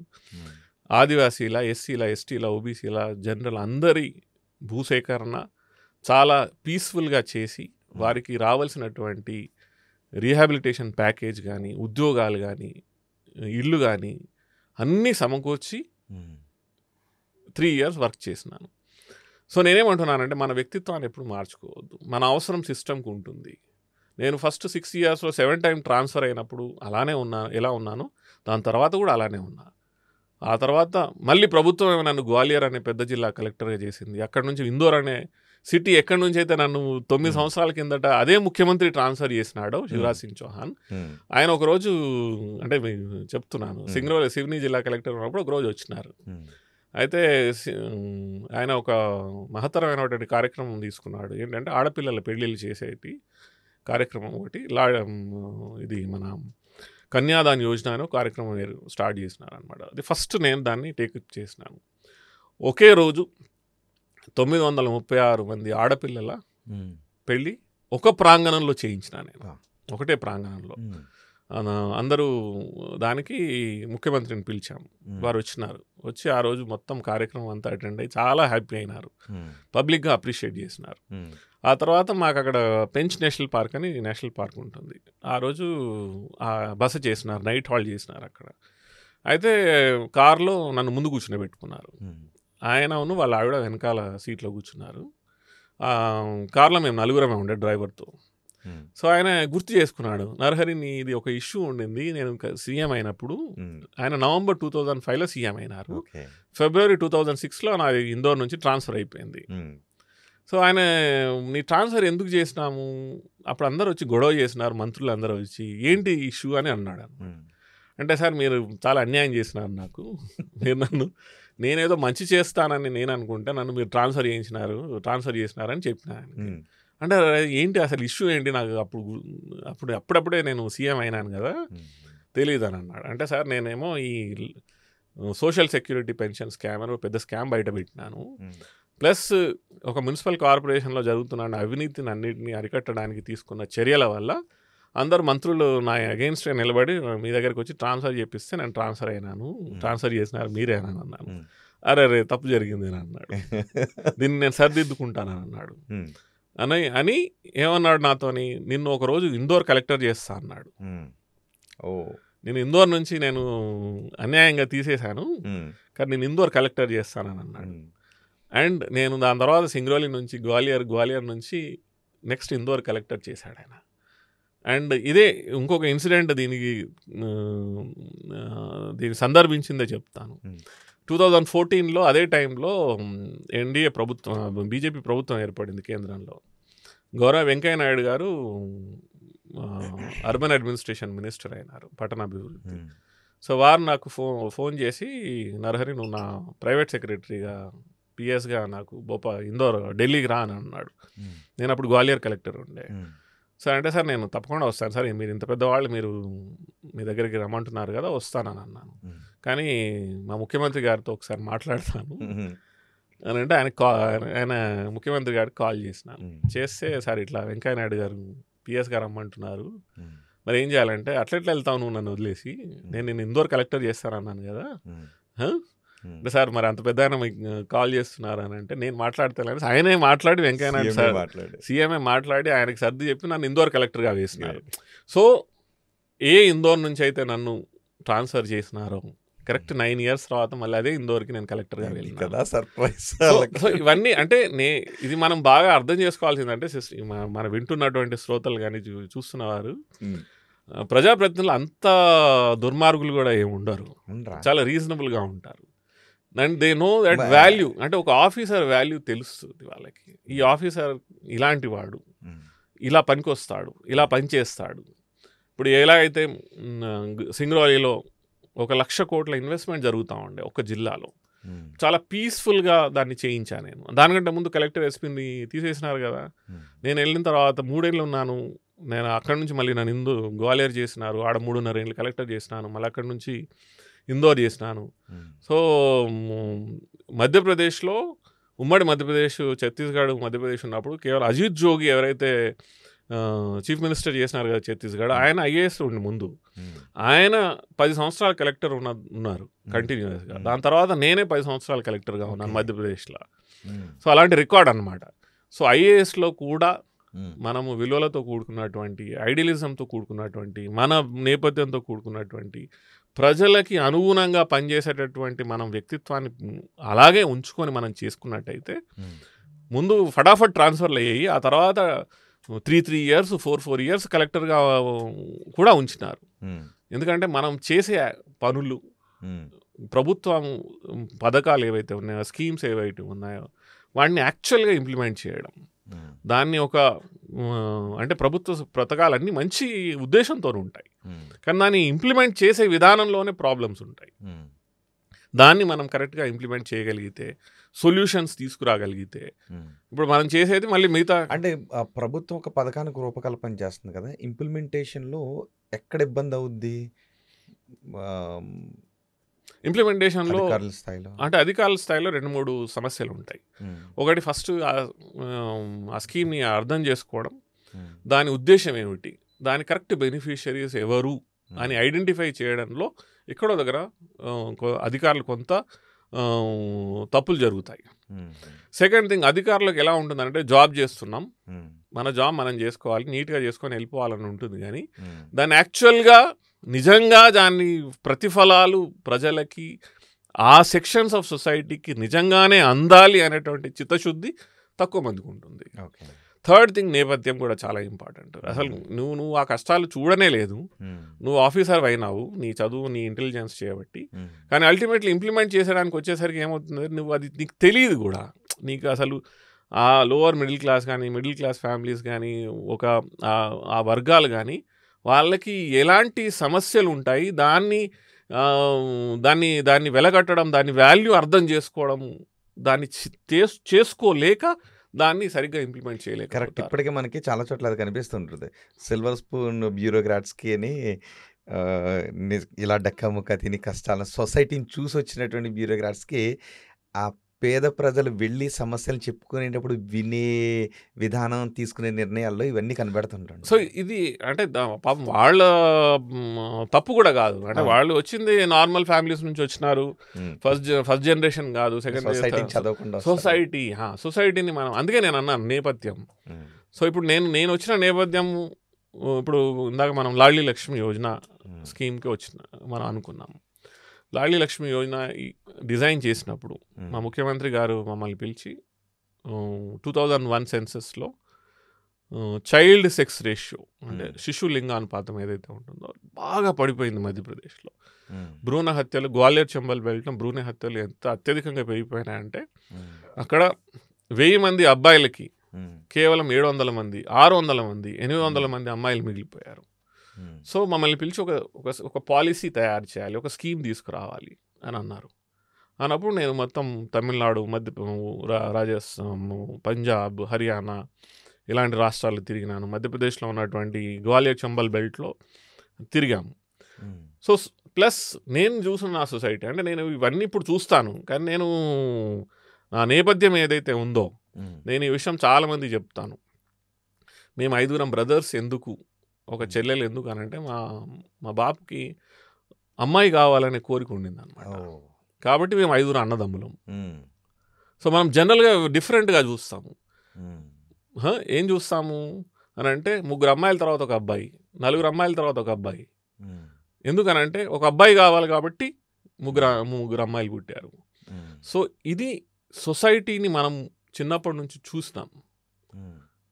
సో ఏంటి ప్రభావం అంటే, ఒక ఆడపిల్ల పుడితే ఆడపిల్లకి పెళ్లి చేయాలి, తర్వాత ఆడపిల్ల ఎదుగుతున్న కొద్దీ అవసరాలు ఏవైతుందో దాన్ని సమకూర్చాలి, పెళ్ళి, ఈ కట్నాలు, ఇవన్నీ సొసైటీలో ఉన్నటువంటి సమస్యలు ఏంటనంటే, దీని అధ్యయనం మనం స్వాభావికంగానే మనం వచ్చినటువంటి నేపథ్యం నుంచి మనకు అర్థమైపోతాయి.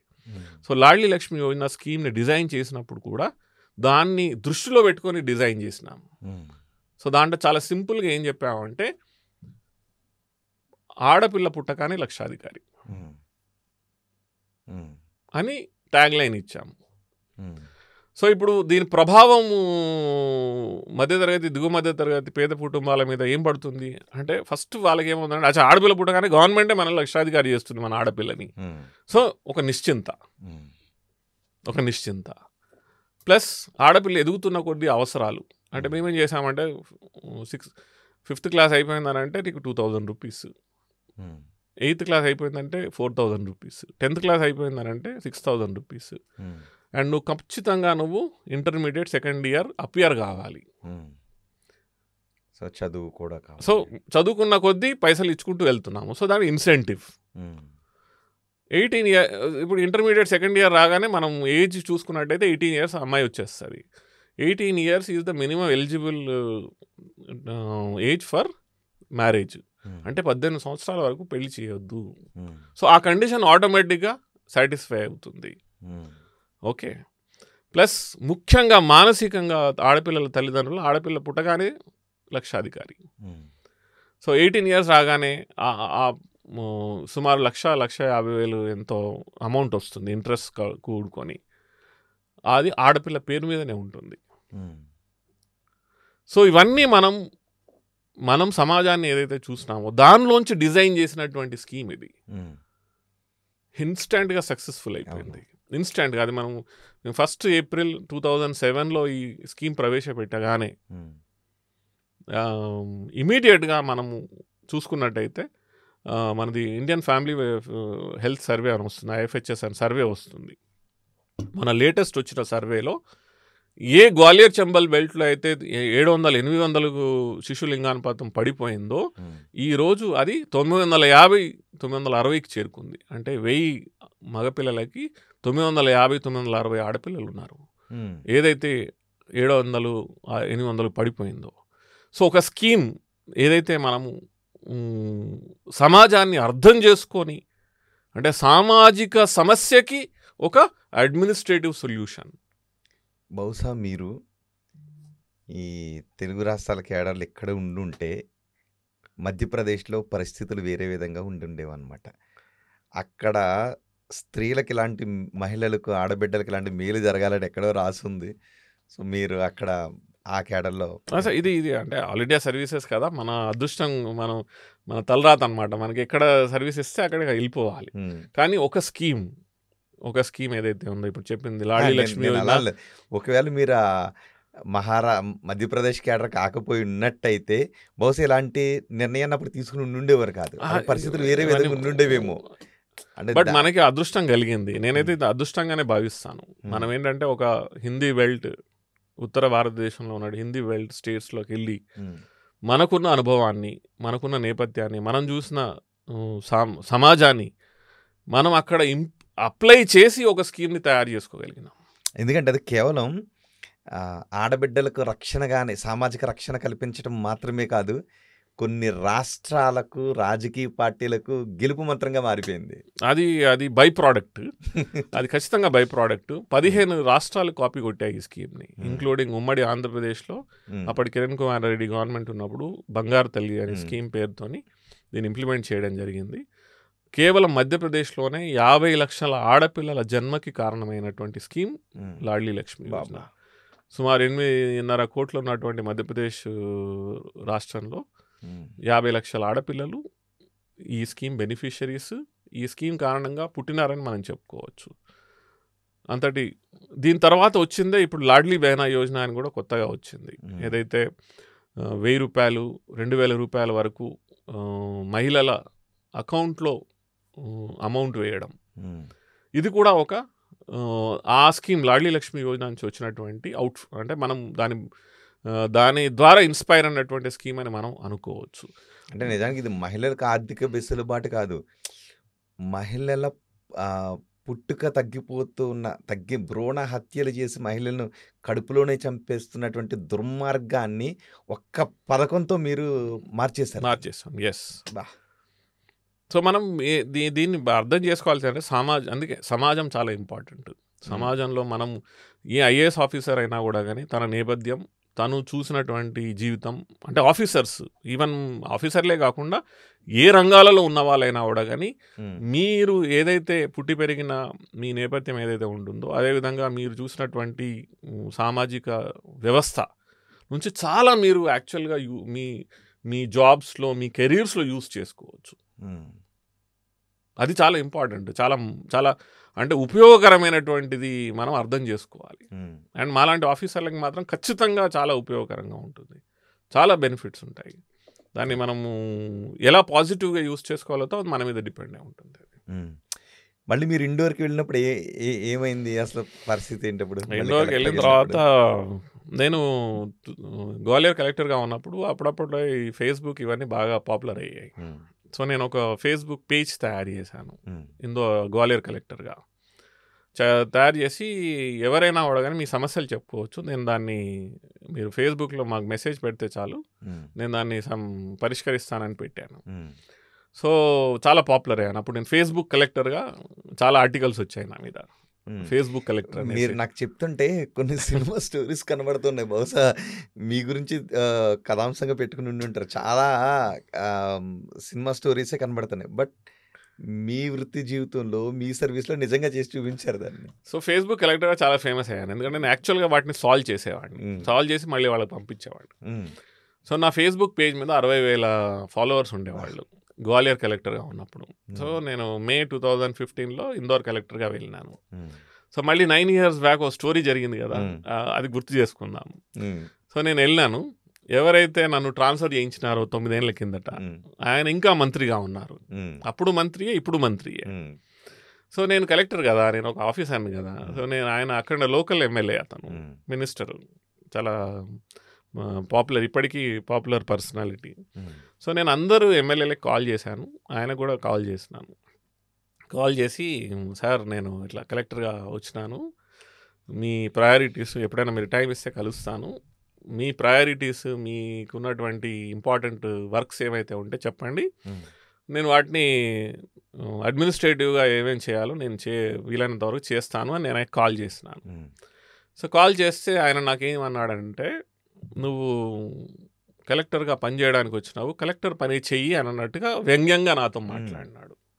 ఓకే, ఉమ్, అంటే ఆయనకి బాగా గుర్తుండిపోయింది అనమాట. 9 సంవత్సరాల కిందట ఆయన పాపం, ఆయనకి చాలా, ఉమ్, అంటే కొంతమంది చెప్పేది ఏమిటంటే ఆ స్కామ్ని నేను బయటపెట్టినందుకు ఆయన చీఫ్ మినిస్టర్ అయ్యేవాడు కాలేదు అనేటువంటి భావన ఆయనలో ఉండిపోయింది. ఓకే. సో ఈ రోజు కాలేదు పాపం ఆయన. ఉమ్, సో ఎనీవే, అది నా తప్పు కాదు, ఎవరు పేరు?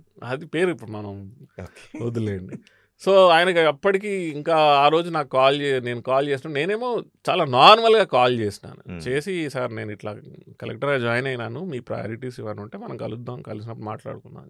ఉమ్, ఆయనేమో నాకు వ్యంగ్యంగా నన్ను ఇలా అన్నాడు, ఉమ్, నాతో అన్నాడు, నువ్వు కలెక్టర్గా పనిచేయడానికి వచ్చినావు, నీ పని ఏదో నువ్వు చేసుకో అన్నట్టుగా నాతో అన్నాడు. ఉమ్, సార్ నేను నా పని నేను చేసుకుంటాను, కానీ మీరు మంత్రి గారు, మరియు మీరు లోకల్ ఎమ్మెల్యే కదా, మీ డెవలప్మెంట్ యాక్టివిటీస్లో నేను చేయగలిగిన దాంట్లో మీ సలహాలు సూచనలు కూడా తీసుకుంటానని అంటే ఉమ్, ఆయన ఫోన్ పెట్టేసినాడు. అయిపోయింది. ఇది మా ఇద్దరి మధ్యలో జరిగినటువంటి ప్రైవేట్ కాన్వర్జేషన్ కదా. ఉమ్, ఆయన ఏం చేసినాడంటే ఒక న్యూస్ పేపర్కి ఉమ్, చెప్పాడనమాట. ఉమ్, ఏం చెప్పాడు, కొత్తగా వచ్చిన కలెక్టర్ని మందలించిన మంత్రి గారు అని ఒకటి పేపర్లో వేయించుకున్నాడు. సో మరి అది తప్పు కదా యాక్చువల్గా. మన ఇద్దరు జరిగినటువంటి ప్రైవేట్ కాన్వర్జేషన్ని ఆయన న్యూస్ పేపర్లో వేయించుకున్నాడు, ఒక పాపులర్ మీడియా న్యూస్ పేపర్లో వేసుకున్నాడు. సో నేను ఇందాక చెప్పాను కదా, నాకు 60,000 ఫాలోవర్స్ ఉండే. వెంటనే 2 daysలో అది 1.2 lakhs అయిపోయింది నా ఫాలోవర్స్. సో ఎందుకు అయింది అని అంటే, దీనికి అర్థం చేసుకోవాల్సింది అని అంటే, అప్పటికి ఆ 9 సంవత్సరాల కిందట జనాలు ఇంకా గుర్తుపెట్టుకున్నారు.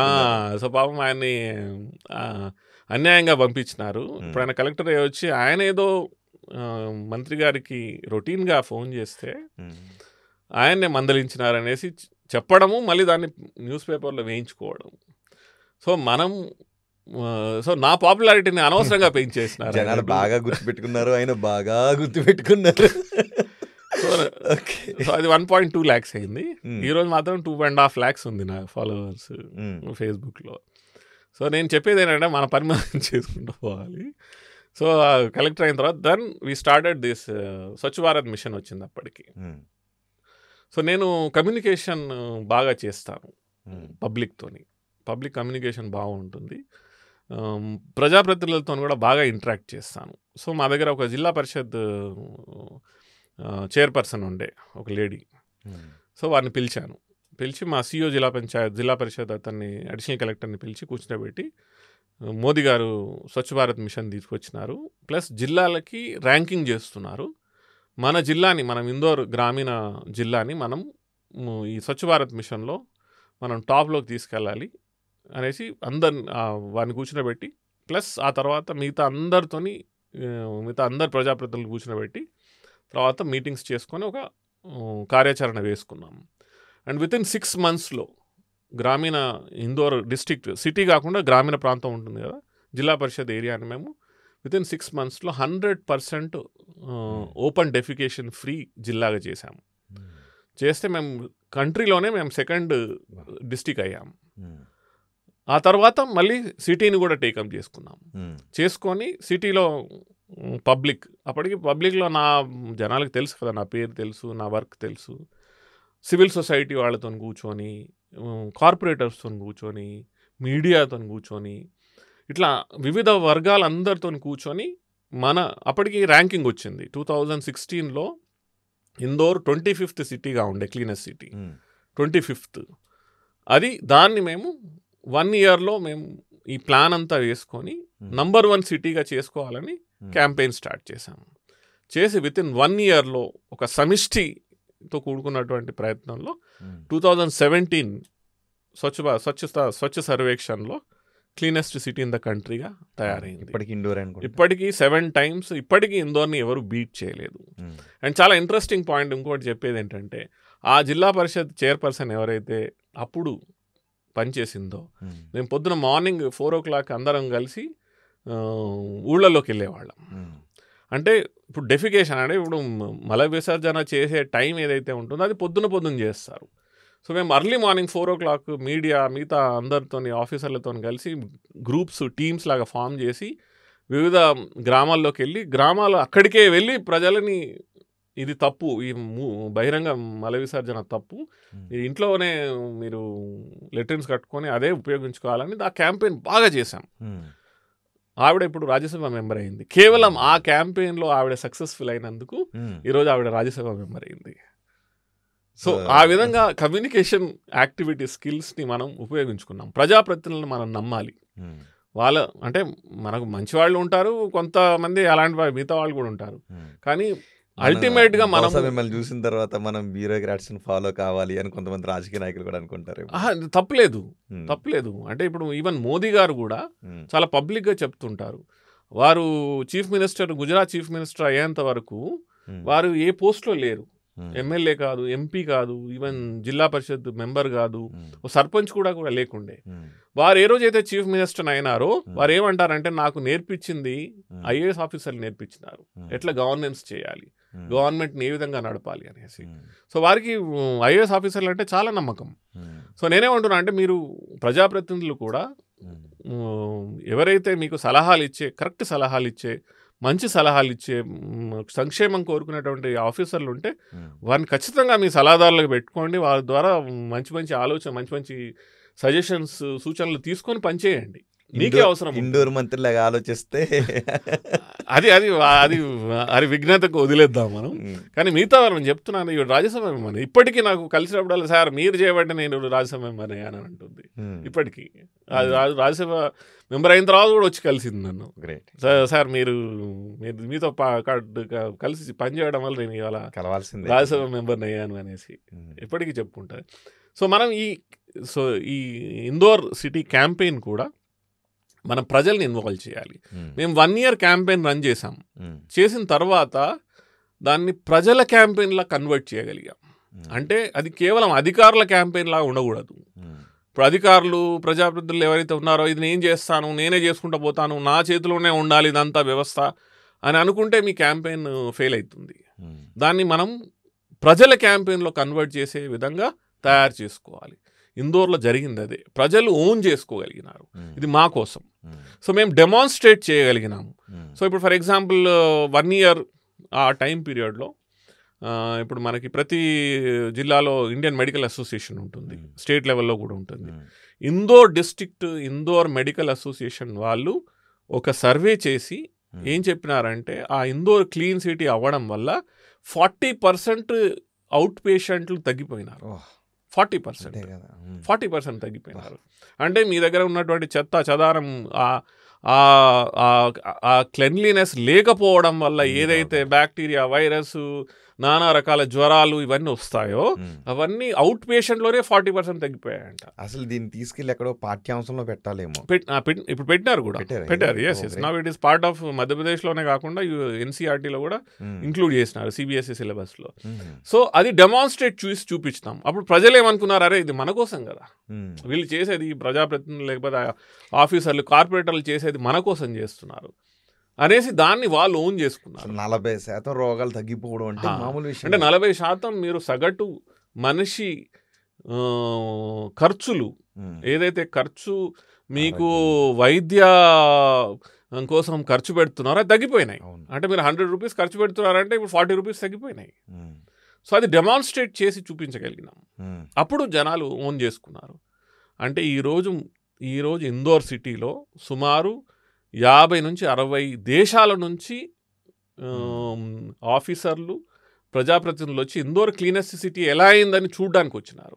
అంటే జనరల్గా మనం వెళ్తూ ఉంటాం కదా, యూరోప్ మిగతా దేశాలకు పోతాం కదా చూడడానికి, ఏంది ఏ దేశంలో ఎలాంటి ఫెసిలిటీస్ ఉన్నాయి, డెవలప్మెంట్స్ జరిగినాయి, పబ్లిక్ ట్రాన్స్పోర్ట్ లేకపోతే క్లీన్లీనెస్ అని చూడడానికి ఒకప్పుడు పోయేవాళ్ళు. ఇతర దేశాల వాళ్ళు ఇప్పుడు ఇందోర్ వచ్చి చూస్తారు. ఇంకా ఇంట్రెస్టింగ్ థింగ్ ఏంటంటే, ఒకవేళ మీరు వెళ్ళి ఇందోర్ సిటీలో అసలు ఈ క్లీనెస్ట్ సిటీ ఎలా అయిందని మీరు వెళ్తే ఫస్ట్ మీరు పే చేయాల్సి వస్తుంది, చూడ్డానికి కూడా పే చేయాల్సి వస్తుంది మున్సిపల్ కార్పొరేషన్ వాళ్ళకి. ఇన్కమ్ సోర్స్ అయిపోయింది. అంటే మీరు టూరిస్ట్ లాగా వెళ్ళలేరు. మీరు వెళ్తే అసలు క్లీన్ సిటీ ఎలా అయిందని అంటే అక్కడ ఆఫీసర్లు ఉంటారు కొంతమంది, మిమ్మల్ని మొత్తం తీసుకెళ్ళి చూపిస్తారు. దానికి ఇతర దేశాల వాళ్ళు కానీ మన దేశం వాళ్ళు కానీ ఎలా వెళ్ళి చూడాలనంటే you have to pay to see ఎలా క్లీన్ సిటీ అయిందనేసి. అది ఒక సోర్స్ ఆఫ్ ఇన్కమ్ అయిపోయింది ఇంతవరకు. ఎక్కడ డస్ట్బిన్ కూడా ఉండదంట కదా. Yes exactly. సో దీంట్లో ఇది స్ట్రాటజీస్, మనం స్ట్రాటజీస్ చాలా ఇంపార్టెంట్. ఏ క్యాంపెయిన్ అయినా కూడా కానీ దాన్ని రియల్గా ట్రాన్స్లేట్ చేసి కన్వర్ట్ చేయాలంటే మీ దగ్గర స్ట్రాటజీస్ ఉండాలి. ఫస్ట్ స్ట్రాటజీ మేము దాంట్లో చేసింది ఏంటంటే, ఎక్కడైతే చెత్త వేస్తారో ఆ చెత్త కుండీలు ఉంటాయో ఆ డస్ట్బిన్లు ఉంటాయో అవన్నీ ఎత్తేసినాం. నో డస్ట్బిన్ ఫ్రీ సిటీ అంటాం దాన్ని. ఎందుకంటే ఎక్కడైతే డస్ట్బిన్ ఉంటుందో అక్కడే చెత్త వేస్తారు. ఆ చెత్త కుండీ నిండిపోయిన తర్వాత దాని పైన వేస్తారు, దాని పక్కన వేస్తారు. అదే ఒక మోస్ట్ అన్క్లీన్ ప్లేస్ లా తయారవుతుంది. ఇప్పుడు మనకి హైదరాబాద్లో చాలా చోట్ల కనబడుతుంటుంది. సో దీన్ని అంటే అది ఇక్కడ వాళ్ళు టేకప్ చేసుకోవాలి. మధ్యలో మంత్రులు ఇందోర్ వెళ్ళి చూసి రావాలనేసి అధికారులకి సూచనలు కూడా ఇచ్చినారు. నాకు ఆ విషయం తెలిసింది. సౌత్ ఇండియా, నార్త్ ఇండియా అన్ని రాష్ట్రాల నుంచి వస్తారు చూడడానికి. సో మన స్ట్రాటజీస్ కరెక్ట్గా ఉండాలి. కమ్యూనికేషన్ స్ట్రాటజీస్ చాలా ఇంపార్టెంట్. కమ్యూనికేషన్ స్ట్రాటజీస్లో అసలు మనము ఏమనుకుంటున్నాము అది ప్రజల వరకు వెళ్ళాలి. కామన్ మ్యాన్ కూడా దాన్ని ఎస్ కరెక్ట్ ఇది చేయాలి అని స్వీకరించే విధంగా మనం కమ్యూనికేషన్ స్ట్రాటజీస్ని తీసుకురావాలి, చేయగలగాలి. అప్పుడు ఓనర్షిప్ షిఫ్ట్ అవుతుంది. ఎప్పుడు అన్ని ప్రభుత్వాలే చేయవద్దు. ఇప్పుడు క్లీన్గా ఉంచాలంటే అది ప్రభుత్వ బాధ్యతే కాదు, అది ప్రజల బాధ్యత, నాగరికుల బాధ్యత, సిటిజన్స్ బాధ్యత. ఇప్పుడు నేను నా ఇంటి చుట్టూ, నా స్ట్రీట్, నా నైబర్హుడ్ క్లీన్ ఉంటే రోగాలు రావు, అనవసరమైన వైద్య ఖర్చులు తగ్గిపోతాయి. అదేవిధంగా క్లీన్గా ఉంటుంది. చాలా ఇంపార్టెంట్ ఏంటంటే ఇందోర్లో క్లీన్లీనెస్ రాగానే మీ ల్యాండ్ వాల్యూస్ పెరిగినాయి. ఎందుకంటే క్లీన్ ఎన్వైరన్మెంట్ కదా, మీ స్వచ్ఛ వాతావరణం, స్వచ్ఛ వాయువు. అది కాకుండా ఇందోర్ క్లీన్ సిటీ కాగానే ఇందోర్లో ఢిల్లీలో జరిగేటటువంటి లేకపోతే ముంబైలో జరిగేటటువంటి పెద్ద పెద్ద ఈవెంట్స్ ఇందోర్కి షిఫ్ట్ అయ్యాయి. For example Indian IIFA awards programme ఉంటుంది, ఫిల్మ్ వాళ్ళది. అలాంటి ప్రోగ్రామ్ ఇందోర్ షిఫ్ట్ అయింది. దానివల్ల అడ్వాంటేజ్ ఎవరికి? ఇందోర్ వాళ్ళకే కదా, ఇందోర్ ప్రజలకే కదా. బయట నుంచి ఒక 200, 300, 1000 మంది ఫిల్మ్ స్టార్లు వీళ్ళు రావడం వల్ల మీకు టూరిజం పెరుగుతుంది. ఇక్కడికి వాళ్ళు రావడం వల్ల ఇక్కడ ఖర్చు చేస్తారు. ఆ ఖర్చు ఏదో ఒకటి కొంటారు, ఏదో ఒకటి తింటారు. అది లోకల్ వాళ్ళే కదా దాని బెనిఫిషరీస్. సో అట్లా ఇందోర్కి చాలా పెద్ద పెద్ద కార్యక్రమాలు, ముఖ్యంగా ప్రధానమంత్రి గారు, రాష్ట్రపతి వీళ్ళు ఎక్కడో చేయాల్సిన కార్యక్రమాలు ఇందోర్లో పెట్టుకోవడం స్టార్ట్ చేసినారు. ఇందోర్లో ఒకప్పుడు ఈ క్లీన్ సిటీ కాకముందు కేవలం 20 ఫ్లైట్లు ఉండేవి, ఇప్పుడు 100 ఫ్లైట్లు అయినాయి. ఎకానమీ పెరుగుతుంది. సో దీని బెనిఫిట్స్ ఎన్ని రకాలుగా ఉంటాయి ఒక సిటీని క్లీన్ సిటీ అవ్వడం వల్ల. మీరు ఆ ప్రోగ్రామ్ తీసుకుని ఇంప్లిమెంటేషన్ చేసే సమయంలో ఇబ్బందులు ఏమొచ్చాయి జనరల్గా?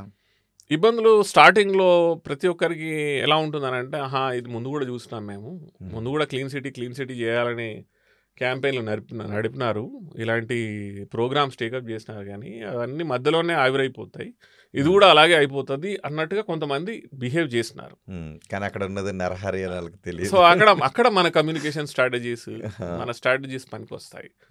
సో అంటే అది నేను ఉండడం అనేది కోఇన్సిడెన్సా, లేకపోతే మన స్ట్రాటజీస్ కరెక్ట్ వేసామా? చాలా సందర్భాల్లో స్ట్రాటజీస్ తీసుకొని ఓకే ఇంప్లిమెంటేషన్ తీసుకువెళ్తే అక్కడ చోట వదిలేస్తారు, కానీ వదలకుండా ముందుకు వెళ్ళగలిగే ఆఫీసర్ ఉన్నప్పుడు ఫలితాలు ఇలాగే వస్తుంది. సో ఇది ఈ పాయింట్ మీరు కరెక్ట్గా అర్థం చేసుకున్నారు, చెప్తున్నారు. మనం సిస్టంలో బాగా అర్థం చేసుకోవాల్సింది ఏంటంటే, ఒక రోజులో ఏది చేంజ్ కాదు, ఓకే, టైం పడుతుంది, ఓకే. Especially behavioural change. ఇప్పుడు మనం మాట్లాడుకుంది క్లీన్లీనెస్ అనేది బిహేవియరల్ చేంజ్, వ్యవహారంలో పరివర్తన, అంటే ఒక వ్యక్తి వ్యవహరించే తీరులో పరివర్తన. ఇది తీసుకురావాలంటే టైం పడుతుంది, కానీ రోజు ఆ గీతని కొంచెం గీసుకుంటూ పోయినా కూడా అది పెద్ద గీత అవుతుంది. కరెక్ట్. ఇప్పుడు మన హైదరాబాద్ కూడా మీలాంటి ఆఫీసర్ కావాలి. ఇక్కడ ట్రాఫిక్కే ఎవ్వరు ఇష్టం వచ్చినట్టు వాళ్ళు ట్రాఫిక్ రూల్స్ ఫాలో కారు. మా బాబు గారు మా తాతగారు వేసిన రోడ్లు అనుకుంటూ ఉంటుంటారు, ఇష్టం వచ్చినట్టు ఎక్కడ కావాలంటే కూడా మంచి ఆఫీసర్లు ఉన్నారండి, ఇక్కడ కూడా చాలా అద్భుతమైన ఆఫీసర్లు, ఎన్నో రిఫార్మ్స్ తీసుకొచ్చారు, కానీ ఇంకా బయటికి వెళ్తూ ఉంటే. సో ఇది ఓన్లీ ఆఫీసర్స్ డ్రివెన్ ప్రోగ్రామ్ కాదండి, దిట్ హ్యాస్ టు బి ఇందాక అన్నారు చూసారు, ప్రజలు అడాప్ట్ చేసుకోవాలి. సో దీనికి ఆఫీసర్స్ ప్లస్ పబ్లిక్ రిప్రజెంటేటివ్స్, అంటే ప్రజాప్రతినిధులు కూడా ఇంపార్టెంట్ దీంట్లో. అసలు ఇది మన సిస్టంలో ఎప్పుడైనా కూడా కానీ ఎక్కువగా ప్రజాప్రతినిధులకు ఎక్కువ ఉండాలి, ఇది చేయించాలి, ఇది జరగాలి. ఇప్పుడు మేయర్ ఉంటారు, ఎందుకు ఉంటారు? జిల్లా పరిషత్ చైర్మన్ ఉంటారు, ఎందుకు ఉంటారు? ఎమ్మెల్యేలు ఉంటారు, ఎంపీలు ఉంటారు, మినిస్టర్లు ఉంటారు. సో వాళ్ళకి కూడా ఇది చేయించాలని, ఎందుకంటే వాళ్ళ ఇన్ఫ్లుయెన్స్ ఎక్కువ ఉంటుందండి ప్రజల మీద. నరహరి గారు, మీ ఒక విషయం అడుగుతారంటే, హైదరాబాద్తో కంపేర్ చేసి ఇండోర్ లాంటి సిటీని అలా మార్చారు కదా, ఇక్కడ హైదరాబాద్లో ఈ వాతావరణాన్ని, ఇలాంటి ట్రాఫిక్ని ఎవరు రూల్స్ బ్రేక్ చేసుకుని వెళ్ళిపోతుంటారు కదా, చూసినప్పుడు ఏమనిపిస్తుంది మీకు జనరల్గా? So they needs to be behavioural change తీసుకురావాలి. మనము ట్రాఫిక్ రూల్స్ ఎవరైతే ట్రాఫిక్ రూల్స్ ఉల్లంఘన చేస్తారో వాళ్ళ మీద ఫైన్లు బాగా వేయడం స్టార్ట్ చేసుకున్నాం, కానీ ఫైన్ చేయడం వల్ల మీరు ముందు 100 రూపాయలు తీసుకునే వాళ్ళు ఇప్పుడు 1000 రూపాయలు తీసుకుంటున్నారు. లెట్సే తీసుకున్న వల్ల వాళ్ళ వ్యవహారంలో పరివర్తన వచ్చిందా? రాలేదు. సో మనం ఎక్కువ వర్క్ చేయాల్సింది బిహేవియర్ మీద. కరెక్ట్. వ్యక్తి బిహేవియర్ చేంజ్ అయితే, ఇప్పుడు వ్యక్తి బిహేవియర్ మనం ఏమనుకుంటాము, అమ్మాయిల పట్ల బిహేవియర్ చేంజ్ కావాలి, అమ్మాయిలని మనము గౌరవంగా చూడాలి, మహిళల్ని గౌరవంగా చూడాలి, ఇది బిహేవియర్ ఇష్యూ. ఇప్పుడు మీరు ఎన్ని చట్టాలైనా తీసుకురండి, ఎన్ని రూల్స్ అయినా పట్టుకురండి, ఎప్పటివరకైతే మీరు బిహేవియర్ చేంజ్ కోసం ప్రయత్నం చేయరో అది అలానే ఉండిపోతుంది. ఎన్ని చట్టాలైనా దాన్ని ఇంప్లిమెంట్ చేయలేవు. సో అలాంటివి కూడా ట్రాఫిక్ రూల్స్ కానీ, చెత్త క్లెన్లీనెస్ సంబంధించిన విషయాలు కానీ, ఇవన్నిటికీ ఎక్కువగా వర్క్ చేయాల్సింది బిహేవియర్ మీద వర్క్ చేయాలి. అది ఎవరికి మాట వింటారు? నేనేం చేసామండి అంటే, మంచి ఎగ్జాంపుల్ చెప్తాను. కలెక్టర్గా మమ్మల్ని చాలా ప్రోగ్రామ్స్ పిలుస్తూ ఉంటారు. ఈ మధ్యకాలంలో మనం ఈ ఆధ్యాత్మిక గురువులు కూడా చాలామంది తయారయ్యారు. మంచిది, అంటే సమాజంలో మంచి జరగాలనే ఆలోచనతో వస్తారు. సో మా మధ్యప్రదేశ్లో బాగా పిలుస్తారు, అంటే పెద్ద హోదాలో ఉన్న వాళ్ళు వస్తే ఆ కార్యక్రమానికి పెద్దవాళ్ళు వచ్చినారని చెప్పుకోవడానికి కూడా ఉంటుంది. సో నేను కండిషన్ మీద వెళ్ళేవాడిని. ఇప్పుడు ఇందోర్లో కానీ, గ్వాలియర్లో కానీ ఎక్కడైనా పెద్ద ప్రోగ్రాం జరిగితే ఒక ఆధ్యాత్మిక గురువు వచ్చినారు, వెళ్ళేవాడిని. కానీ నేను చెప్పే రిక్వెస్ట్ ఒకటి, వారు వినాలి అని చెప్తాను నేను. సో నేను వెళ్తాను, వెళ్ళిన తర్వాత వారికి దండాలు పెట్టి, వారికి శాలువాలు కప్పిన తర్వాత, సార్ మీరు ఇంత పెద్ద కార్యక్రమం చేస్తున్నారు, మీ ఎదురుగా 25,000 మంది 50,000 మంది కూర్చొని ఉన్నారు, మీరు చాలా శ్రద్ధగా వింటారు మీరు చెప్పే విషయం. నా రిక్వెస్ట్ ఏంటనంటే, ఇట్లా ఇందోర్లో మేము ఈ క్లీన్లీనెస్ క్యాంపెయిన్ స్టార్ట్ చేసినాము. సో మీ నోటి ద్వారా వీళ్ళందరికీ చెప్పాల్సింది ఏంటంటే, ఆ తడి చెత్త పొడి చెత్త ఏదైతే ఉందో రోజు పొద్దున తీసి మున్సిపల్ కార్పొరేషన్ వాళ్ళకి రాగానే మీరే ఇవ్వండి అని చెప్పండి. ఓకే. సెకండ్ థింగ్, గ్వాలియర్లో కలెక్టర్గా ఉన్నప్పుడు జైన్ ముని గారు వచ్చినారు, లేకపోతే ఆధ్యాత్మిక గురువు వచ్చినారు. వెళ్ళినప్పుడు సార్ ఒకటే చిన్న రిక్వెస్ట్, భ్రూణ హత్యలు చేయవద్దు, ఆడపిల్లల్ని కనండి, ఆడపిల్లలు తగ్గిపోతున్నారు, రేపు మీ అబ్బాయిలకి పెళ్లి చేయాలంటే ఆడపిల్లలు మిగిలారు, ఆడపిల్లల్ని మగపిల్లల్ని సమానంగా చూడాలి అని ఒక రిక్వెస్ట్ నా ఎదురుగా చెప్పండి అని చెప్తూ ఆయన రిక్వెస్ట్. వాళ్ళు వినేవాళ్ళు, కొంచెం వింటారు కూడా, వాళ్ళు వినేవాళ్ళు, చెప్పేవాళ్ళు మన ముందు. సో మన పని అయిపోయింది. సో మనము ఉన్నటువంటి పొజిషన్ని సమాజపు మంచి కోసం కూడా ఉపయోగించుకోవాలి. అదేదో అది నెక్స్ట్ లెవెల్. మీరు అక్కడ కూడా వెళ్ళి చెప్పించడం అనేది నెక్స్ట్ లెవెల్. అంటే ఎంత స్ట్రాంగ్గా దాన్ని తీసుకున్నారనేది అర్థమవుతుంది. ఎగ్జాక్ట్లీ. అంటే మనము ఎప్పుడైనా కూడా పవర్ ఎక్కడ ఉంటుందండి? ఏది power? What is power? Power ఎక్కడ ఉంటుందంటే మీ దగ్గర ఉన్నటువంటి పొజిషన్కి దాన్ని పాజిటివ్గా దాన్ని ఉపయోగించుకునేటటువంటి దాంట్లోనే పవర్ ఉంటుంది. ఇప్పుడు నేను వెళ్ళి నన్ను పిలిచినారు, ఆ పెద్ద ఆఫీసర్ వచ్చినారు, కలెక్టర్ వచ్చినారు, కలెక్టర్ వచ్చిండు, కలెక్టరు ఇంత పెద్ద కార్యక్రమం చేస్తున్నాడు, మా ఈ కార్యక్రమం ఒక షోని పెంచడానికి షో కోసం వచ్చినాడని వాళ్ళు అనుకుంటారు. మనం కూడా వాళ్ళు పిలిచినారు వెళ్ళినాము, కానీ మనం కూడా చిన్నగా ఇది అంటించినాం అనుకో, అది పవర్. అక్కడ ఉంటుందండి పవర్. అది వారు చెప్తారు, చెప్పగానే ఆ వినేవాళ్ళు ఉంటారు చూడు, ఆధ్యాత్మిక గురువుని చాలా వింటారు. సో మనం చెప్పగానే వాళ్ళు వెంటనే దాన్ని ఆస్వాదించుకుంటారు. అరే ఇంత పెద్ద ఆధ్యాత్మిక గురువు చెప్పిన, కానీ చెప్పించింది మనం ఎందుకు చెప్పామంటే మన దగ్గర పవర్ ఉంది కాబట్టి మనం చెప్పించగలిగినాం. ఇంకెవరో వెళ్ళి చెప్తే వాళ్ళు చెప్పకపోవచ్చు, వింటారా వినరు. సో అందుకని పవర్ అనేది అక్కడ ఉంటుంది. ఈ పవర్ని మనం అర్థం చేసుకోవాలి. అది ప్రజాప్రతినిధుల్లో, ఆఫీసర్లా మనం సమాజం హితవు కోసం, సమాజం మంచి కోసం, సమాజంలో మంచి జరగాలని అంటే ఇలాంటివి కూడా యూజ్ చేసుకోవాలి. అక్కడ మీరు సామాజిక దృక్పథంలో మీ ఆలోచన ధోరణి అక్కడ ప్రతిబింబిస్తుంది. అది ఎస్. జనరల్గా ఆ ఈవెంట్ని ఈవెంట్ లాగా చూస్తే వేరే రకంగా ఉంటుంది. Yes, correct. కానీ ఆ ఈవెంట్ని ఇలా సామాజిక కోణంలో ఇలా ఉపయోగించవచ్చు అని ఆలోచన చేస్తారు చూడు. Hats off, great. Thank you. ఆ మార్పులన్నీ జరిగి భ్రూణ హత్యలు ఆగిపోయి అక్కడ స్త్రీ సంక్షేమం అనేది కనబడుతూ ఉన్నప్పుడు మీకు ఏమనిపిస్తుంది?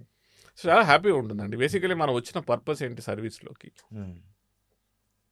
మనం ఎందుకు, మనం ఏ ఐడియలిజంతోని, ఏ ఐడియాలజీతోని, ఎలాంటి అంటే మనము 20s ఉన్నప్పుడు మనం సమాజంలో మార్పు రావాలి, సమాజంలో మంచి జరగాలి. అయితే నేను చిన్న ఇన్సిడెంట్ చెప్తాను. నేను 10th క్లాస్ చదువుతున్నప్పుడు మా స్కూల్లో ఉన్నప్పుడు అప్పుడు వయోజన విద్య ప్రోగ్రాము టేకప్ చేసినారు. మొత్తం స్టేట్ అంతటా అన్ని జిల్లాల్లో కలెక్టర్లు చేసేవారు. సో మా జిల్లా కలెక్టర్ బన్వర్లాల్ గారు ఉండేవారు అనమాట. బన్వర్లాల్ గారు కలెక్టర్గా ఉన్నప్పుడు ఆయన చాలా బాగా వర్క్ చేసినారు. ఆయన కరీంనగర్ జిల్లా రాత్రి బడులు పెట్టేవారు. ఎస్, రాత్రి బడులు పెట్టి. సో మా స్కూల్, నేను క్లాస్ లీడర్ని, స్కూల్ లీడర్ని, 10th క్లాస్ లీడర్ని. సో మా హెడ్ మాస్టర్ గారు ఏమన్నారనంటే, మనం పక్కనే ఉన్నటువంటి జీడీ నగర్ అని ఒకటి చిన్న మా కర్నాల గ్రామ పంచాయత్కి అంటే చిన్న విలేజ్ అనమాట, తోడుగా ఉండే విలేజ్. సో ఆ విలేజ్ని దత్తత తీసుకున్నాము మా స్కూల్ తీసుకొని. సో నాకు చెప్పారు మా హెడ్ మాస్టర్ గారు, మీరు రోజు 10th క్లాస్ వాళ్ళు స్కూల్ అయిపోగానే సాయంత్రం గ్రామానికి వెళ్ళి అక్కడ ఉన్నటువంటి పెద్దవాళ్ళందరినీ ఎవరైతే చదువుకోవాలో వాళ్ళందరినీ అక్కడ కమ్యూనిటీ హాల్ ఉంటుంది, అక్కడ కూర్చోబెట్టి వాళ్ళకి మీరు వయోజన విద్య, ఎడ్యుకేషన్ చెప్పాలి, వాళ్ళకి అక్షరాలు నేర్పించాలి అనేసి. సో ఆ 10th క్లాస్ మా క్లాస్మేట్స్ అందరం మేము రోజు సాయంత్రం వెళ్ళేవాళ్ళం. వెళ్ళి అక్కడ ఉన్న వాళ్ళందరినీ తీసుకొచ్చి కూర్చునిబెట్టి వాళ్ళకి చదువు చెప్పేవాళ్ళం. అప్పుడు ఆ చదువు చెప్పే దాంట్లో అప్పుడు కూడా మేము చిన్న చిన్న పాటలు రాయడము, చిన్న చిన్న డ్రామాలు, స్కిట్స్ వేయడము, ఆ పెద్దవాళ్ళని చదువు పట్ల ఆసక్తి కలిగే విధంగా మేము 1 సంవత్సరం పాటు చాలా బాగా చేసినాం. సో అప్పుడు నాకు అనిపించింది, అంటే మన ఎదురుగా ఈ పెద్దవాళ్ళు చదువుకొని వాళ్ళు చదువుకోవడం, రాయడం, అక్షరాలతో లెటర్లు రాయడం, లేకపోతే ఎడ్యుకేషన్ పట్ల ఆసక్తి చూపడం. అప్పుడు అనిపించింది ఒక కలెక్టర్కి ఎంత పవర్ ఉంటుంది సమాజంలో ఒక చేంజ్ తీసుకురావాలని అంటే. సో నేను కూడా కలెక్టర్ అవుతా ఓకే అని అప్పుడు బీజాలు నాటుకున్నాయి అన్నమాట.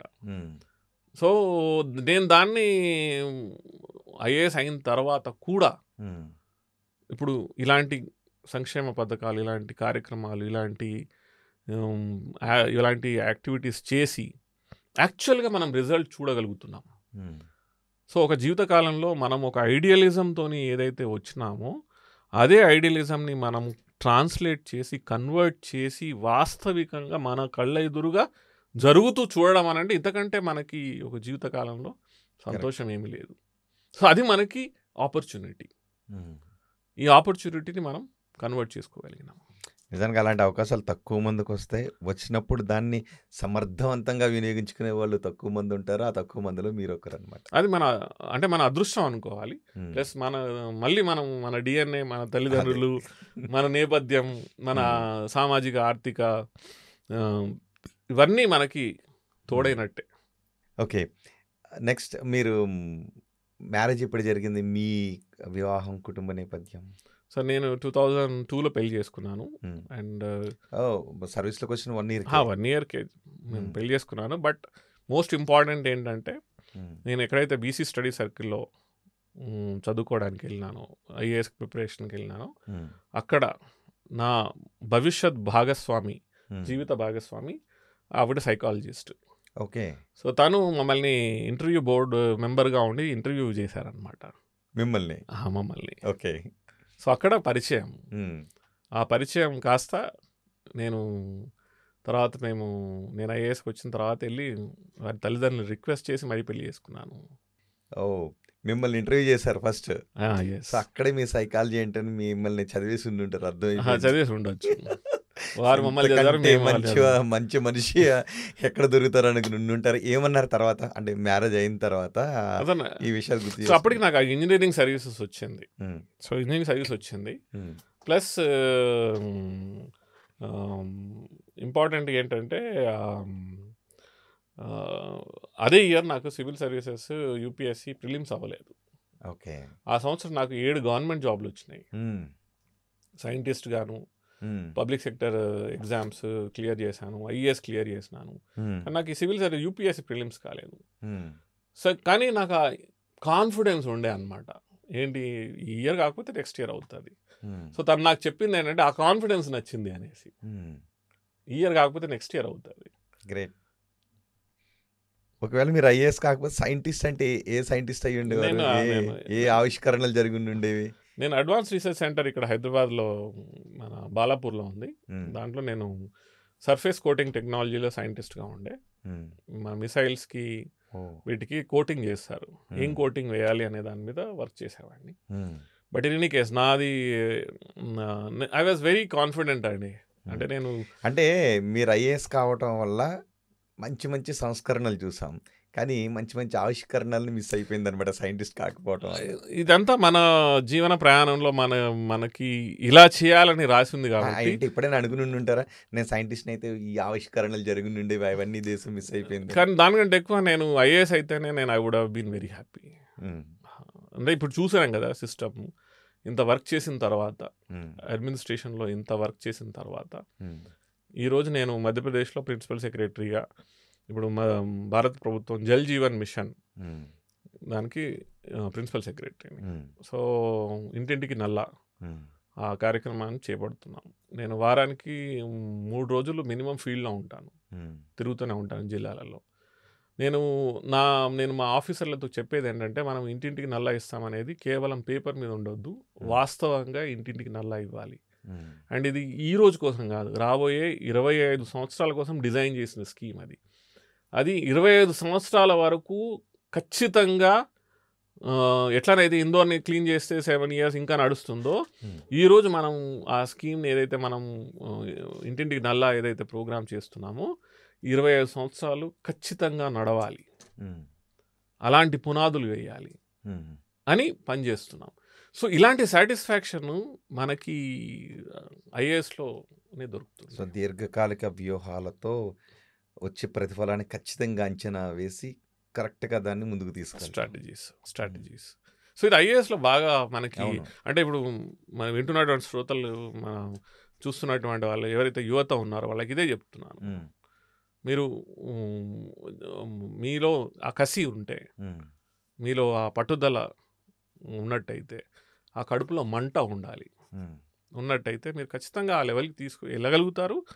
ప్లస్ మీరు అనుకున్నటువంటి సిస్టమ్ని సిస్టంలో మంచి చేయాలి, సిస్టంలో అన్ని వర్గాలకి అన్ని ఆపర్చునిటీస్ వచ్చే విధంగా మీరు పని చేయగలగాలనంటే ఇలాంటి సర్వీసెస్ చాలా అద్భుతం. బర్నింగ్ డిజైర్, కంటిన్యూస్ ఎఫర్ట్ ఉండాలి. ఓకే. అసలు ఈ పాలనలో ఈ ఐఏఎస్ల పాత్ర, రాజకీయ నాయకుల పాత్ర గురించి చెప్పాలంటే ఎలా ఎలా చెప్తారు? సో ఎవరి రోల్ వాళ్ళకి ఉందండి సిస్టమ్. అంటే మనము ఇప్పుడు ఐఏఎస్ అనేది స్టీల్ ఫ్రేమ్ అంటాము. అంటే బ్యాక్ బోన్ స్టీల్ ఫ్రేమ్. ఎట్లాగైతే ఒక మనిషి శరీరానికి బోన్స్ అవసరము నిలకడగా ఉండాలంటే, అలా మన సిస్టమ్కి, మన డెమోక్రటిక్ ఇన్స్టిట్యూషన్స్కి ఐఏఎస్ ఇలాంటి సిస్టమ్స్ స్టీల్ ఫ్రేమ్ అన్నమాట. సో దీంట్లో ప్రజాప్రతినిధులు వాళ్ళ పాత్ర, వాళ్ళు ప్రజల నుంచి వస్తారు, ప్రజలు ఎన్నుకుంటారు, వాళ్ళు వచ్చి వాళ్ళు మసిల్ లాంటి వాళ్ళు. సో అప్పుడే ఒక మంచి బొమ్మ తయారవుతుంది, ఒక మంచి శరీరం తయారవుతుంది. అయితే ఒక్కొక్కసారి ఈ స్టీల్ ఫ్రేమ్ రాజకీయ నాయకులకు మజిల్ పవర్కి వంగాల్సి వస్తూ ఉంటుంటుంది కదా చాలా ఎక్కువ సందర్భం. సో నేను ఇందాక చెప్పాను కూడా. అవునవును. సో మనకి ప్రతి సిస్టంలో ప్రలోభాలు, ప్రతి సిస్టంలో ఇలాంటి ప్రెషర్స్ ఇవన్నీ వస్తాయి. అది మీ వ్యక్తిత్వం మీద డిపెండ్ అయి ఉంటుంది. ఎంతవరకు మీరు లొంగాలనుకుంటున్నారు, ఎంతవరకు అంటే మిమ్మల్ని వంగమంటే మీరు సాష్టాంగం చేస్తున్నారా, లేకపోతే మిమ్మల్ని కొంచెం సైడ్గా అవ్వమనంటే మీరు పూర్తిగా తప్పుకుంటున్నారా అనేది మీ మీద డిపెండ్ అయి ఉంటుంది. కానీ సిస్టమ్ మాత్రం నాకు తెలిసినంత వరకు సిస్టంలో మీ వాల్యూ మీకు ఉంటుంది. మిమ్మల్ని వంగమన్నా మీరు స్ట్రైట్ నిలబడితే అప్పుడు ఇంకెక్కువ మిమ్మల్ని రెస్పెక్ట్ ఇస్తారు. మిమ్మల్ని పక్క జరగమంటే మీరు నేను జరగను అని మీరు నో అని చెప్పే విధానంలో, నో అని చెప్పేటటువంటి మీ పటిష్టమైనటువంటి వ్యక్తిత్వానికి మీకు అక్కడ రెస్పెక్ట్ ఉంటుంది. కానీ అందరూ ఆ రిస్క్ తీసుకుంటారా? అది డిపెండ్స్ అండి. అది మీలో మీ మీ మీ మీ నేపథ్యము, మీరు వచ్చినటువంటి వ్యవస్థ, మీరు ఎంతవరకు మీ మీ మైండ్ని నిలకడగా పెట్టుకొని మీ స్ట్రెంగ్త్ని చూపించగలుగుతారో అది మీ మీద డిపెండ్ అయి ఉంటుంది. సహజంగా ప్రభుత్వాలు మారినప్పుడు బ్యూరోక్రాట్స్పై విమర్శలు వస్తూ ఉంటాయి, వాళ్ళ పేర్లు బయటకు వస్తుంటుంటాయి. సో ఇదంతా ఎక్కడో దగ్గర కాంప్రమైజ్ అయినట్టే. కాకండి, కాంప్రమైజ్ అవ్వాల్సిన అవసరం లేదు. ఓకే. మీ సైకాలజీ గురించి మీ వైఫ్ ఏమంటారు అసలు? అది వారిని అడిగితేనే బాగుంటుందేమో, వారిని అడిగితేనే బాగుంటుందేమో అని. బట్ జనరలీ అయితే ఒకసారి ఇద్దరిని కలిపి డెఫినెట్గా. But what is more important is ఒక స్టేబుల్ పర్సనాలిటీ అని చెప్తారు. అంటే మనం అన్ని యాంగిల్స్ నుంచి ఆలోచించి, అన్ని కోణాల నుంచి ఆలోచించి నేను నిర్ణయాలు తీసుకుంటానని చెప్తూ ఉంటుంది. సో అది నా అడ్వాంటేజ్ అనుకుంటాను నేను అది. ఎందుకంటే ప్రతి విషయంలో మనము అన్ని యాంగిల్స్ నుంచి ఆలోచించి చేయగలిగితే మనకి కరెక్ట్ నిర్ణయం తీసుకోగలుగుతాము. సో అడ్మినిస్ట్రేషన్లో ఇది చాలా అవసరం. కరెక్ట్. ఇప్పుడు ఫర్ ఎగ్జాంపుల్ నేను జిల్లా కలెక్టర్గా ఉన్నప్పుడు, నేను 10 ఏళ్ళు కలెక్టర్గా ఉన్నప్పుడు ఒక్కసారి కూడా మధ్యప్రదేశ్లో నేను 4 జిల్లాలో పనిచేసినటువంటి దాంట్లో ఎప్పుడు హిందూ ముస్లిం గొడవలు అవ్వలేదు. నా ముందు అదే జిల్లాలో గొడవలు అయినాయి, నా తర్వాత కూడా గొడవలు అయినాయి.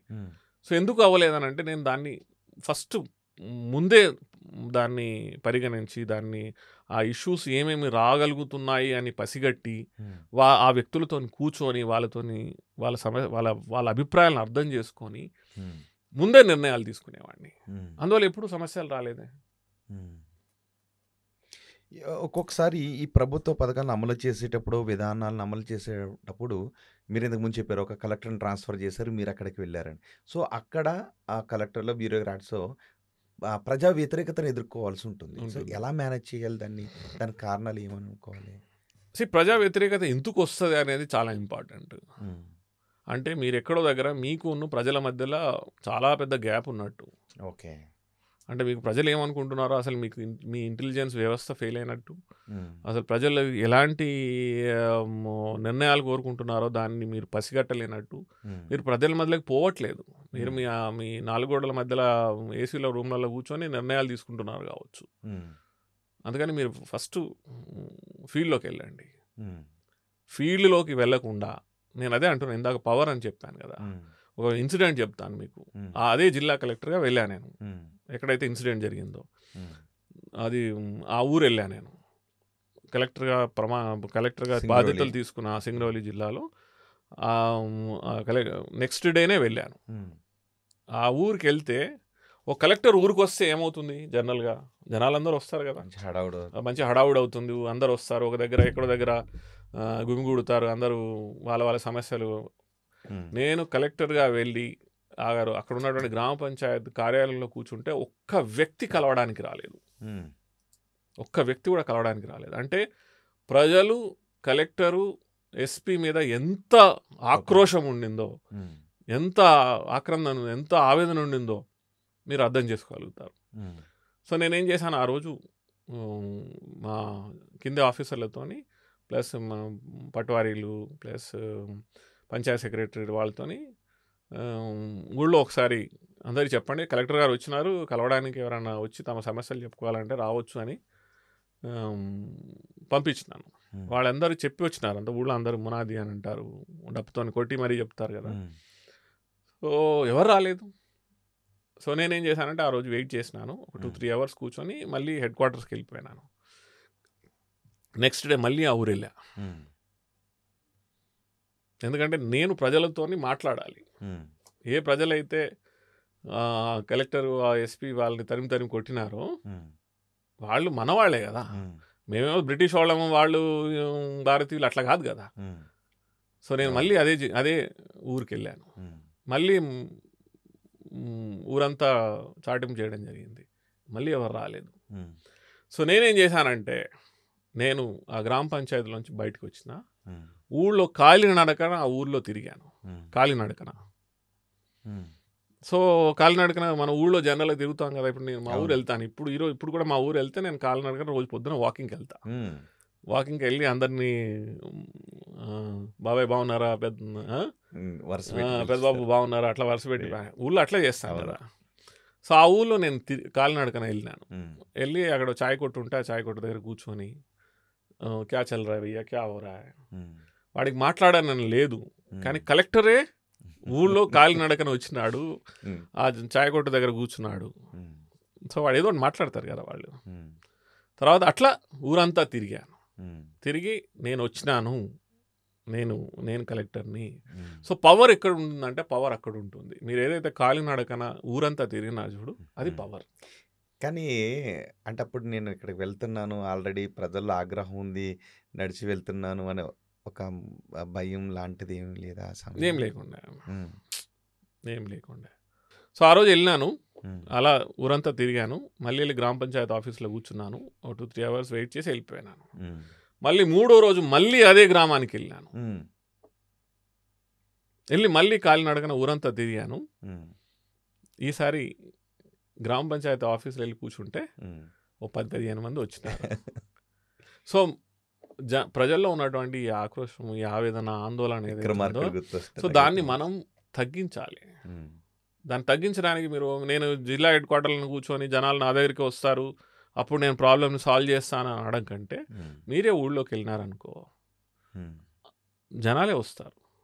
ఆ తర్వాత విత్ ఇన్ 30 daysలో వాళ్ళ ప్రాబ్లమ్స్ అన్నీ సాల్వ్ చేసిన నేను అక్కడే ఆ గ్రామ పంచాయతీ. మీరు ఇక్కడే ఆ అప్లికేషన్ ఇవ్వండి, మీ అప్లికేషన్స్కి ఏం ప్రాబ్లం, దాని సొల్యూషన్ ఏంటి, ఆ గ్రామ పంచాయతీ ఆఫీస్లోనే అంటించినాం. ఫలానా ఈ సమస్య చెప్పినాడు, ఇది సమాధానం, ఇది సమస్య, ఇది సమాధానం. విత్ ఇన్ 3 monthsలో ప్రాబ్లమ్ సాల్వ్ అయింది. ఆ ఎస్ఆర్ పవర్ ప్రాజెక్ట్లో ఏదైతే 60 కోట్ల ప్రాపర్టీ నష్టం చేసినారో అక్కడ మళ్ళీ పవర్ ప్రాజెక్ట్ నిలబడింది. సో తర్వాత మళ్ళీ అర్థం చేసుకున్నారు, వాళ్ళ సమస్యల ప్రాబ్లమ్ సాల్వ్ చేసినాము. సో మనము పవర్ ఎక్కడ ఉంటుందని అంటే, మన 4 గోడల మధ్యలోంచి మనం బయటకు వచ్చి ప్రజల మధ్యలోకి వెళ్ళి వాళ్ళ సమస్యల్ని సమాధానపరిచి, వాళ్ళతో మీరు చైర్లో కూర్చుంటారా, కింద కూర్చుంటారా, అది మీ ఇష్టం. మీ పవర్ తగ్గదు, మీ పవర్ ఉపయోగపడుతుంది. కరెక్ట్. సో అది ఆఫీసర్లు కానీ ఈవెన్ ప్రజాప్రతినిధులు కూడా ఇదే చేయాలి. ఏదో టూరిస్ట్గా అప్పుడప్పుడు పోతే మిమ్మల్ని నెక్స్ట్ ఎలక్షన్స్ కల్లా మిమ్మల్ని రాజకీయ నాయకులు చాలా తెలుసుకోవాల్సింది ఉంది. ఇప్పటికే మీ కారణంగా నేను మా స్టేట్ అకాడమీలో కూడా నేను ట్రైనింగ్ ఇస్తాను. కొత్త Okay. ఆఫీసర్స్కి మమ్మల్ని పిలుస్తారు. నేను Hmm. ఆఫీసర్లకు చెప్తా ఉంటాను. Hmm. ఈ ఎగ్జాంపుల్స్ అన్నీ ఇస్తాము. గ్రేట్. ఆఫీసర్ ఎలా ఉండాలి, ఆఫీసర్ ఏ విధంగా పనిచేయాలి. ఎందుకంటే మీరు సొసైటీని చదువుతూ వచ్చారు కాబట్టి, కేవలం బుక్స్ కాదు సొసైటీని చదువుతూ వచ్చారు కాబట్టి. అండ్ ఒక్కొక్కసారి చట్టానికి నైతికతకు మధ్య ఒక క్లాష్ వస్తూ ఉంటుంది చాలా వస్తుంది. సందర్భాల్లో. అవును. చట్టాన్ని అమలు చేయాలి కానీ నైతికంగా అలా కాదు అని. అలాంటి సంఘర్షణ ఎప్పుడైనా పడ్డారా? చాలా చాలా పడ్డాను. ఒక ఇన్సిడెంట్ నేను చెప్తాను. ఉమ్, ఇది ఇందోర్ కలెక్టర్గా ఉన్నప్పుడే ప్రధానమంత్రి గారు వచ్చినారు ఉమ్, మా డిస్టిక్కి ఒక ప్రోగ్రామ్కి. ఉమ్, సో ప్రధానమంత్రి గారు వచ్చినప్పుడు చాలా అరేంజ్మెంట్స్ చేయాల్సి వస్తుంది. ఉమ్, సో వాళ్ళు ఒక బహిరంగ సభ పెట్టినారు. దానికి 1,00,000 మంది మినిమం ఉమ్, వస్తారు. ఉమ్, సో ఈ పబ్లిక్ ప్రోగ్రామ్ జరిగినప్పుడు ఏమవుతుందంటే బస్సులు ఇవి కూడా అరేంజ్మెంట్స్ చేయాల్సి వస్తుంది కలెక్టర్గా. ఉమ్, ఓకే. సో బస్సెస్ పెడతాము. సో బస్సెస్ పెట్టినప్పుడు మాకు మాకు అక్కడ ఆర్టీసీ వ్యవస్థ లేదు. ఉమ్, సో మేము ఏం చేయాల్సి వచ్చిందంటే స్కూల్ బస్సులు పెట్టాల్సి వచ్చింది. ఉమ్, స్కూల్ బస్సెస్ పెట్టాల్సి వచ్చింది. ఉమ్. సో స్కూల్ బస్సులు పెడితే ఏమవుతుంది, స్కూల్ ఆ రోజు సెలవు ఇవ్వాలి పిల్లలకి కదా, ఇబ్బంది. పిల్లలకి ఇబ్బంది. స్కూల్ ఆ రోజు సెలవు ఇవ్వాలి కదా, ఉమ్, సెలవు ఇవ్వాల్సి వచ్చింది. ఉమ్, సో నెక్స్ట్ డే న్యూస్ పేపర్స్లో చాలా ఘాటుగా రాసినారు. ఉమ్, ప్రధానమంత్రి గారు వస్తున్నారంటే కలెక్టర్ పిల్లల స్కూలు మాన్పించి సెలవు ప్రకటించి వారి బస్సుల్ని జనాలను తోలుకోవడానికి అరేంజ్మెంట్ చేసినారు అనేసి నాకు అప్పుడు చాలా బాధేసింది. అరే ఇది రాంగ్ డెసిషన్, ఉమ్, అంతే కదా, ఉమ్. కానీ తప్పదు. కానీ తప్పదు. సో ఇది మనకు వచ్చినటువంటి సమస్య. ఉమ్, సో ఆ రోజు ప్రోగ్రామ్ జరిగిపోయింది. ఉమ్, కానీ నెక్స్ట్ డే నా ఫేస్బుక్ మీద నేను క్షమాపణ అడిగాను ఉమ్. పేరెంట్స్కి, స్టూడెంట్స్. అడగటం అనేది ఇంకొక లెవెల్ మళ్ళీ అది. సో నేను జనాల్లో సో నేను తీసుకున్న నిర్ణయం వల్ల ఉమ్, మీకు పేరెంట్స్కి పిల్లలకి ఉమ్, ఇబ్బంది కలిగింది. ఉమ్, కాబట్టి నేను దీన్ని తప్పుగా అంటే నా నిర్ణయాన్ని తప్పుగా భావించి నేను క్షమాపణ అడుగుతున్నాను. ఉమ్. భవిష్యత్తులో ఇలాంటిది జరగకుండా చూస్తాను. అడగడం ద్వారా ఇంకొంచెం మంది ఫాలోవర్స్ అది పెరుగుతుంటారు. ఫాలోవర్స్ పెరిగినారా లేదా అది తర్వాత విషయం. కానీ ఇందాక మీరు అడిగిన క్వశ్చన్కి నేను చెప్తున్నాను. ఉమ్, సో అది ఒక తన కోర్టులో కూడా, హైకోర్టులో కూడా కేసు వేశాను నా మీద. ఉమ్, సో అక్కడ కూడా నేను క్షమాపణ అడిగినాను, రిటర్న్లో రాసి ఇచ్చాను. ఉమ్, ఆ తర్వాత స్టేట్ గవర్నమెంట్కి నేను రిక్వెస్ట్ చేసినాను, సరే ఇలాంటి పరిస్థితుల్లో ఏం చేయాలి కలెక్టర్స్ ఉమ్, అని. అంటే అప్పుడు మాకు గైడ్ లైన్స్ కూడా తయారు చేయడం జరిగింది. ఎప్పుడైతే ఇలాంటి పెద్ద ఈవెంట్స్ జరుగుతాయి, ఎందుకంటే ప్రధానమంత్రులు వస్తారు, ముఖ్యమంత్రులు వస్తారు, రాష్ట్రపతులు వస్తారు, మరి వచ్చినప్పుడు మరి అరేంజ్మెంట్స్ చేయాలి కదా. అవును. ఇప్పటికే కలెక్టర్లే స్కూల్ బస్సులే వాడతారు చాలా చోట్ల. సో దానికి గైడ్ లైన్స్ తీసుకురావడం జరిగింది. ఆ గైడ్ లైన్స్లో ఎలాంటి బస్సులు ఉపయోగించాలి, స్కూల్ సెలవులు ప్రకటించొద్దు. ఉమ్, ఇప్పుడు మొన్న కూడా మీరు మొన్న ప్రధానమంత్రి గారు క్షమాపణ అడిగారు ఒక ఇష్యూలో. ఉమ్, వారి కార్కేడ్ వెళ్ళడం వల్ల స్కూల్ పిల్లలు అదే టైంలో స్కూల్ విడుదలవుతుంది, అందుకని వారు టైం చేంజ్ చేసుకున్నారు ఉమ్, ఆ రూట్లో వెళ్ళడానికి. ఉమ్, సో ఇవన్నీ మనం చాలా సెన్సిటివ్గా అర్థం చేసుకోవాలి. ఉమ్. ఏంటనంటే మనం తీసుకునే నిర్ణయాల వల్ల ఇబ్బందులు కలగకూడదు Correct. అనేదాన్ని మనం అర్థం చేసుకోవాలి. దానికి గైడ్లైన్స్, కొత్త గైడ్లైన్స్ లేకపోతే నిర్ణయాలు తీసుకోవాలి. కరెక్ట్. ఫైనల్గా మీరు యువతకి అంటే ఐఏఎస్ ఐపీఎస్ కావాలి, సివిల్ సర్వీసెస్లోకి రావాలి అనే యువతకు మీరు ఇచ్చే సజెషన్ ఏంటి? తల్లిదండ్రులకు మీరు ఇచ్చే సజెషన్ ఏంటి? పిల్లల్ని ఏ విధంగా పెంచాలి అనే దాని గురించి. నేను ఫస్ట్ ఇంపార్టెంట్గా చెప్పేది అంటే ఇప్పుడు ఆపర్చునిటీస్ బాగా పెరిగాయి. మీకు రంగాలు నంబర్ ఆఫ్ ఆపర్చునిటీస్ మీకు ఓన్లీ ఐఏఎస్ ఐపీఎస్ అనే కాదు, సివిల్ సర్వీసెస్ అనే కాదు, మీకు లీగల్ ఫీల్డ్లో కానీ, మీరు ఐటీ ఇండస్ట్రీ అని, ఇప్పుడు గిగ్ ఎకానమీ అని, లేకపోతే ఎంటర్టైన్మెంట్ ఇండస్ట్రీ, జర్నలిజం, చాలా రంగాలు వచ్చేసినాయి. అన్నిట్లో ఐఏఎస్ ఐపీఎస్నే ఇదిగా చూస్తారు. అది చూస్తారు. అది మీ దృక్కోణం, అది మీ దృక్పథం, మీరు చూసేటటువంటి విధానం. ఆపర్చునిటీస్ బాగా పెరిగినాయి. మీ పిల్లలకి యాక్చువల్గా ఏం చేయాలని ఉంది, ఏ ఫీల్డ్లోకి వెళ్తే సాటిస్ఫాక్షన్ ఉంటుంది. అందరూ ఒకే ఫీల్డ్లోకి రాలేరు కదా, అందరూ ఐఏఎస్ కావాలని లేదు కదా. అసలు మీ పిల్లలకి ఏం కావాలో దాన్ని ఫస్ట్ అర్థం చేసుకోండి. పిల్లలు కూడా గుడ్డిగా కేవలం ఇది చేస్తేనే బాగుంటుంది, మా తల్లిదండ్రులు మెచ్చుకుంటారు, లేకపోతే సొసైటీ దీన్నే మెచ్చుకుంటుందని కాదు. మీది ఏదైతే సాటిస్ఫాక్షన్ ఇవ్వగలుగుతుందో, మీకు జాబ్ సాటిస్ఫాక్షను, లేకపోతే మీ కెరీర్ సాటిస్ఫాక్షను, మీకు దీర్ఘకాలికంగా ఏ పని చేస్తే మీరు దాంట్లో రాణించగలుగుతారు, అది మీరు అర్థం చేసుకొని ఆ ఫీల్డ్లోకి రండి. ఓకే. అండ్ ఎస్పెషల్లీ సివిల్ సర్వీసెస్కి మాత్రం సర్వీస్ చేయాలంటేనే రావాలి. ఓకే. సో సర్వీస్ చేయాలంటే మీకు నిజంగా దాంట్లో నిమగ్నులై మీరు పని చేయగలిగితే, మీరు దాంట్లో పబ్లిక్ సర్వీస్ని కేంద్రీకృతంగా చేసుకొని మీరు రావాలనుకుంటేనే రావాలి. ఓకే. లేకపోతే జస్ట్ మీరు పైన కనిపించే ఏదో హంగుబంగు. అధికారం. సో ఇందాక నుంచి నేను చెప్తూ వస్తున్నాను, పవర్ ఎక్కడుంది, పవర్ ఆ కార్లలో, లేకపోతే లైట్ బుగ్గలలో లేదు, లేకపోతే మీ పక్కన ఉండే బిల్ల బంట్రోతులలో లేదు. పవర్ అనేది మీరు చేసే పనితీరు, మీరు చేసే ప్రజా సంక్షేమంలో మీరు ఎంతవరకు నిమగ్నులై, ఇందాక స్టార్టింగ్లోనే అన్నారు కదా, ఎంత సింపుల్గా ఉంటే అంత కరెక్ట్. మంచిది. ఆ సింప్లిసిటీతో మీరు ముందుకు వెళ్ళగలిగితే దానికంటే ఇంకా ఏమీ లేదు. నరహరి గారు, ఫైనల్గా మీరు రాజకీయాల్లోకి రావాలనుకుంటున్నారా? మీరేమన్నా నాకు మంచి ఆపర్చునిటీ ఇస్తున్నారా? ఏదైనా పార్టీ ఇస్తే? మీరు ఆపర్చునిటీ చెప్పండి, మనం ఆలోచిద్దాం. నాకు పార్టీ లేదు కాబట్టి ఆపర్చునిటీ, ఏదైనా ఒక రాజకీయ పార్టీ అవకాశాన్ని ఇస్తే. ఆపర్చునిటీస్ నేనేమంటున్నా అంటే మనం ఆపర్చునిటీస్ని వెయ్యి చేసుకోగలగాలి.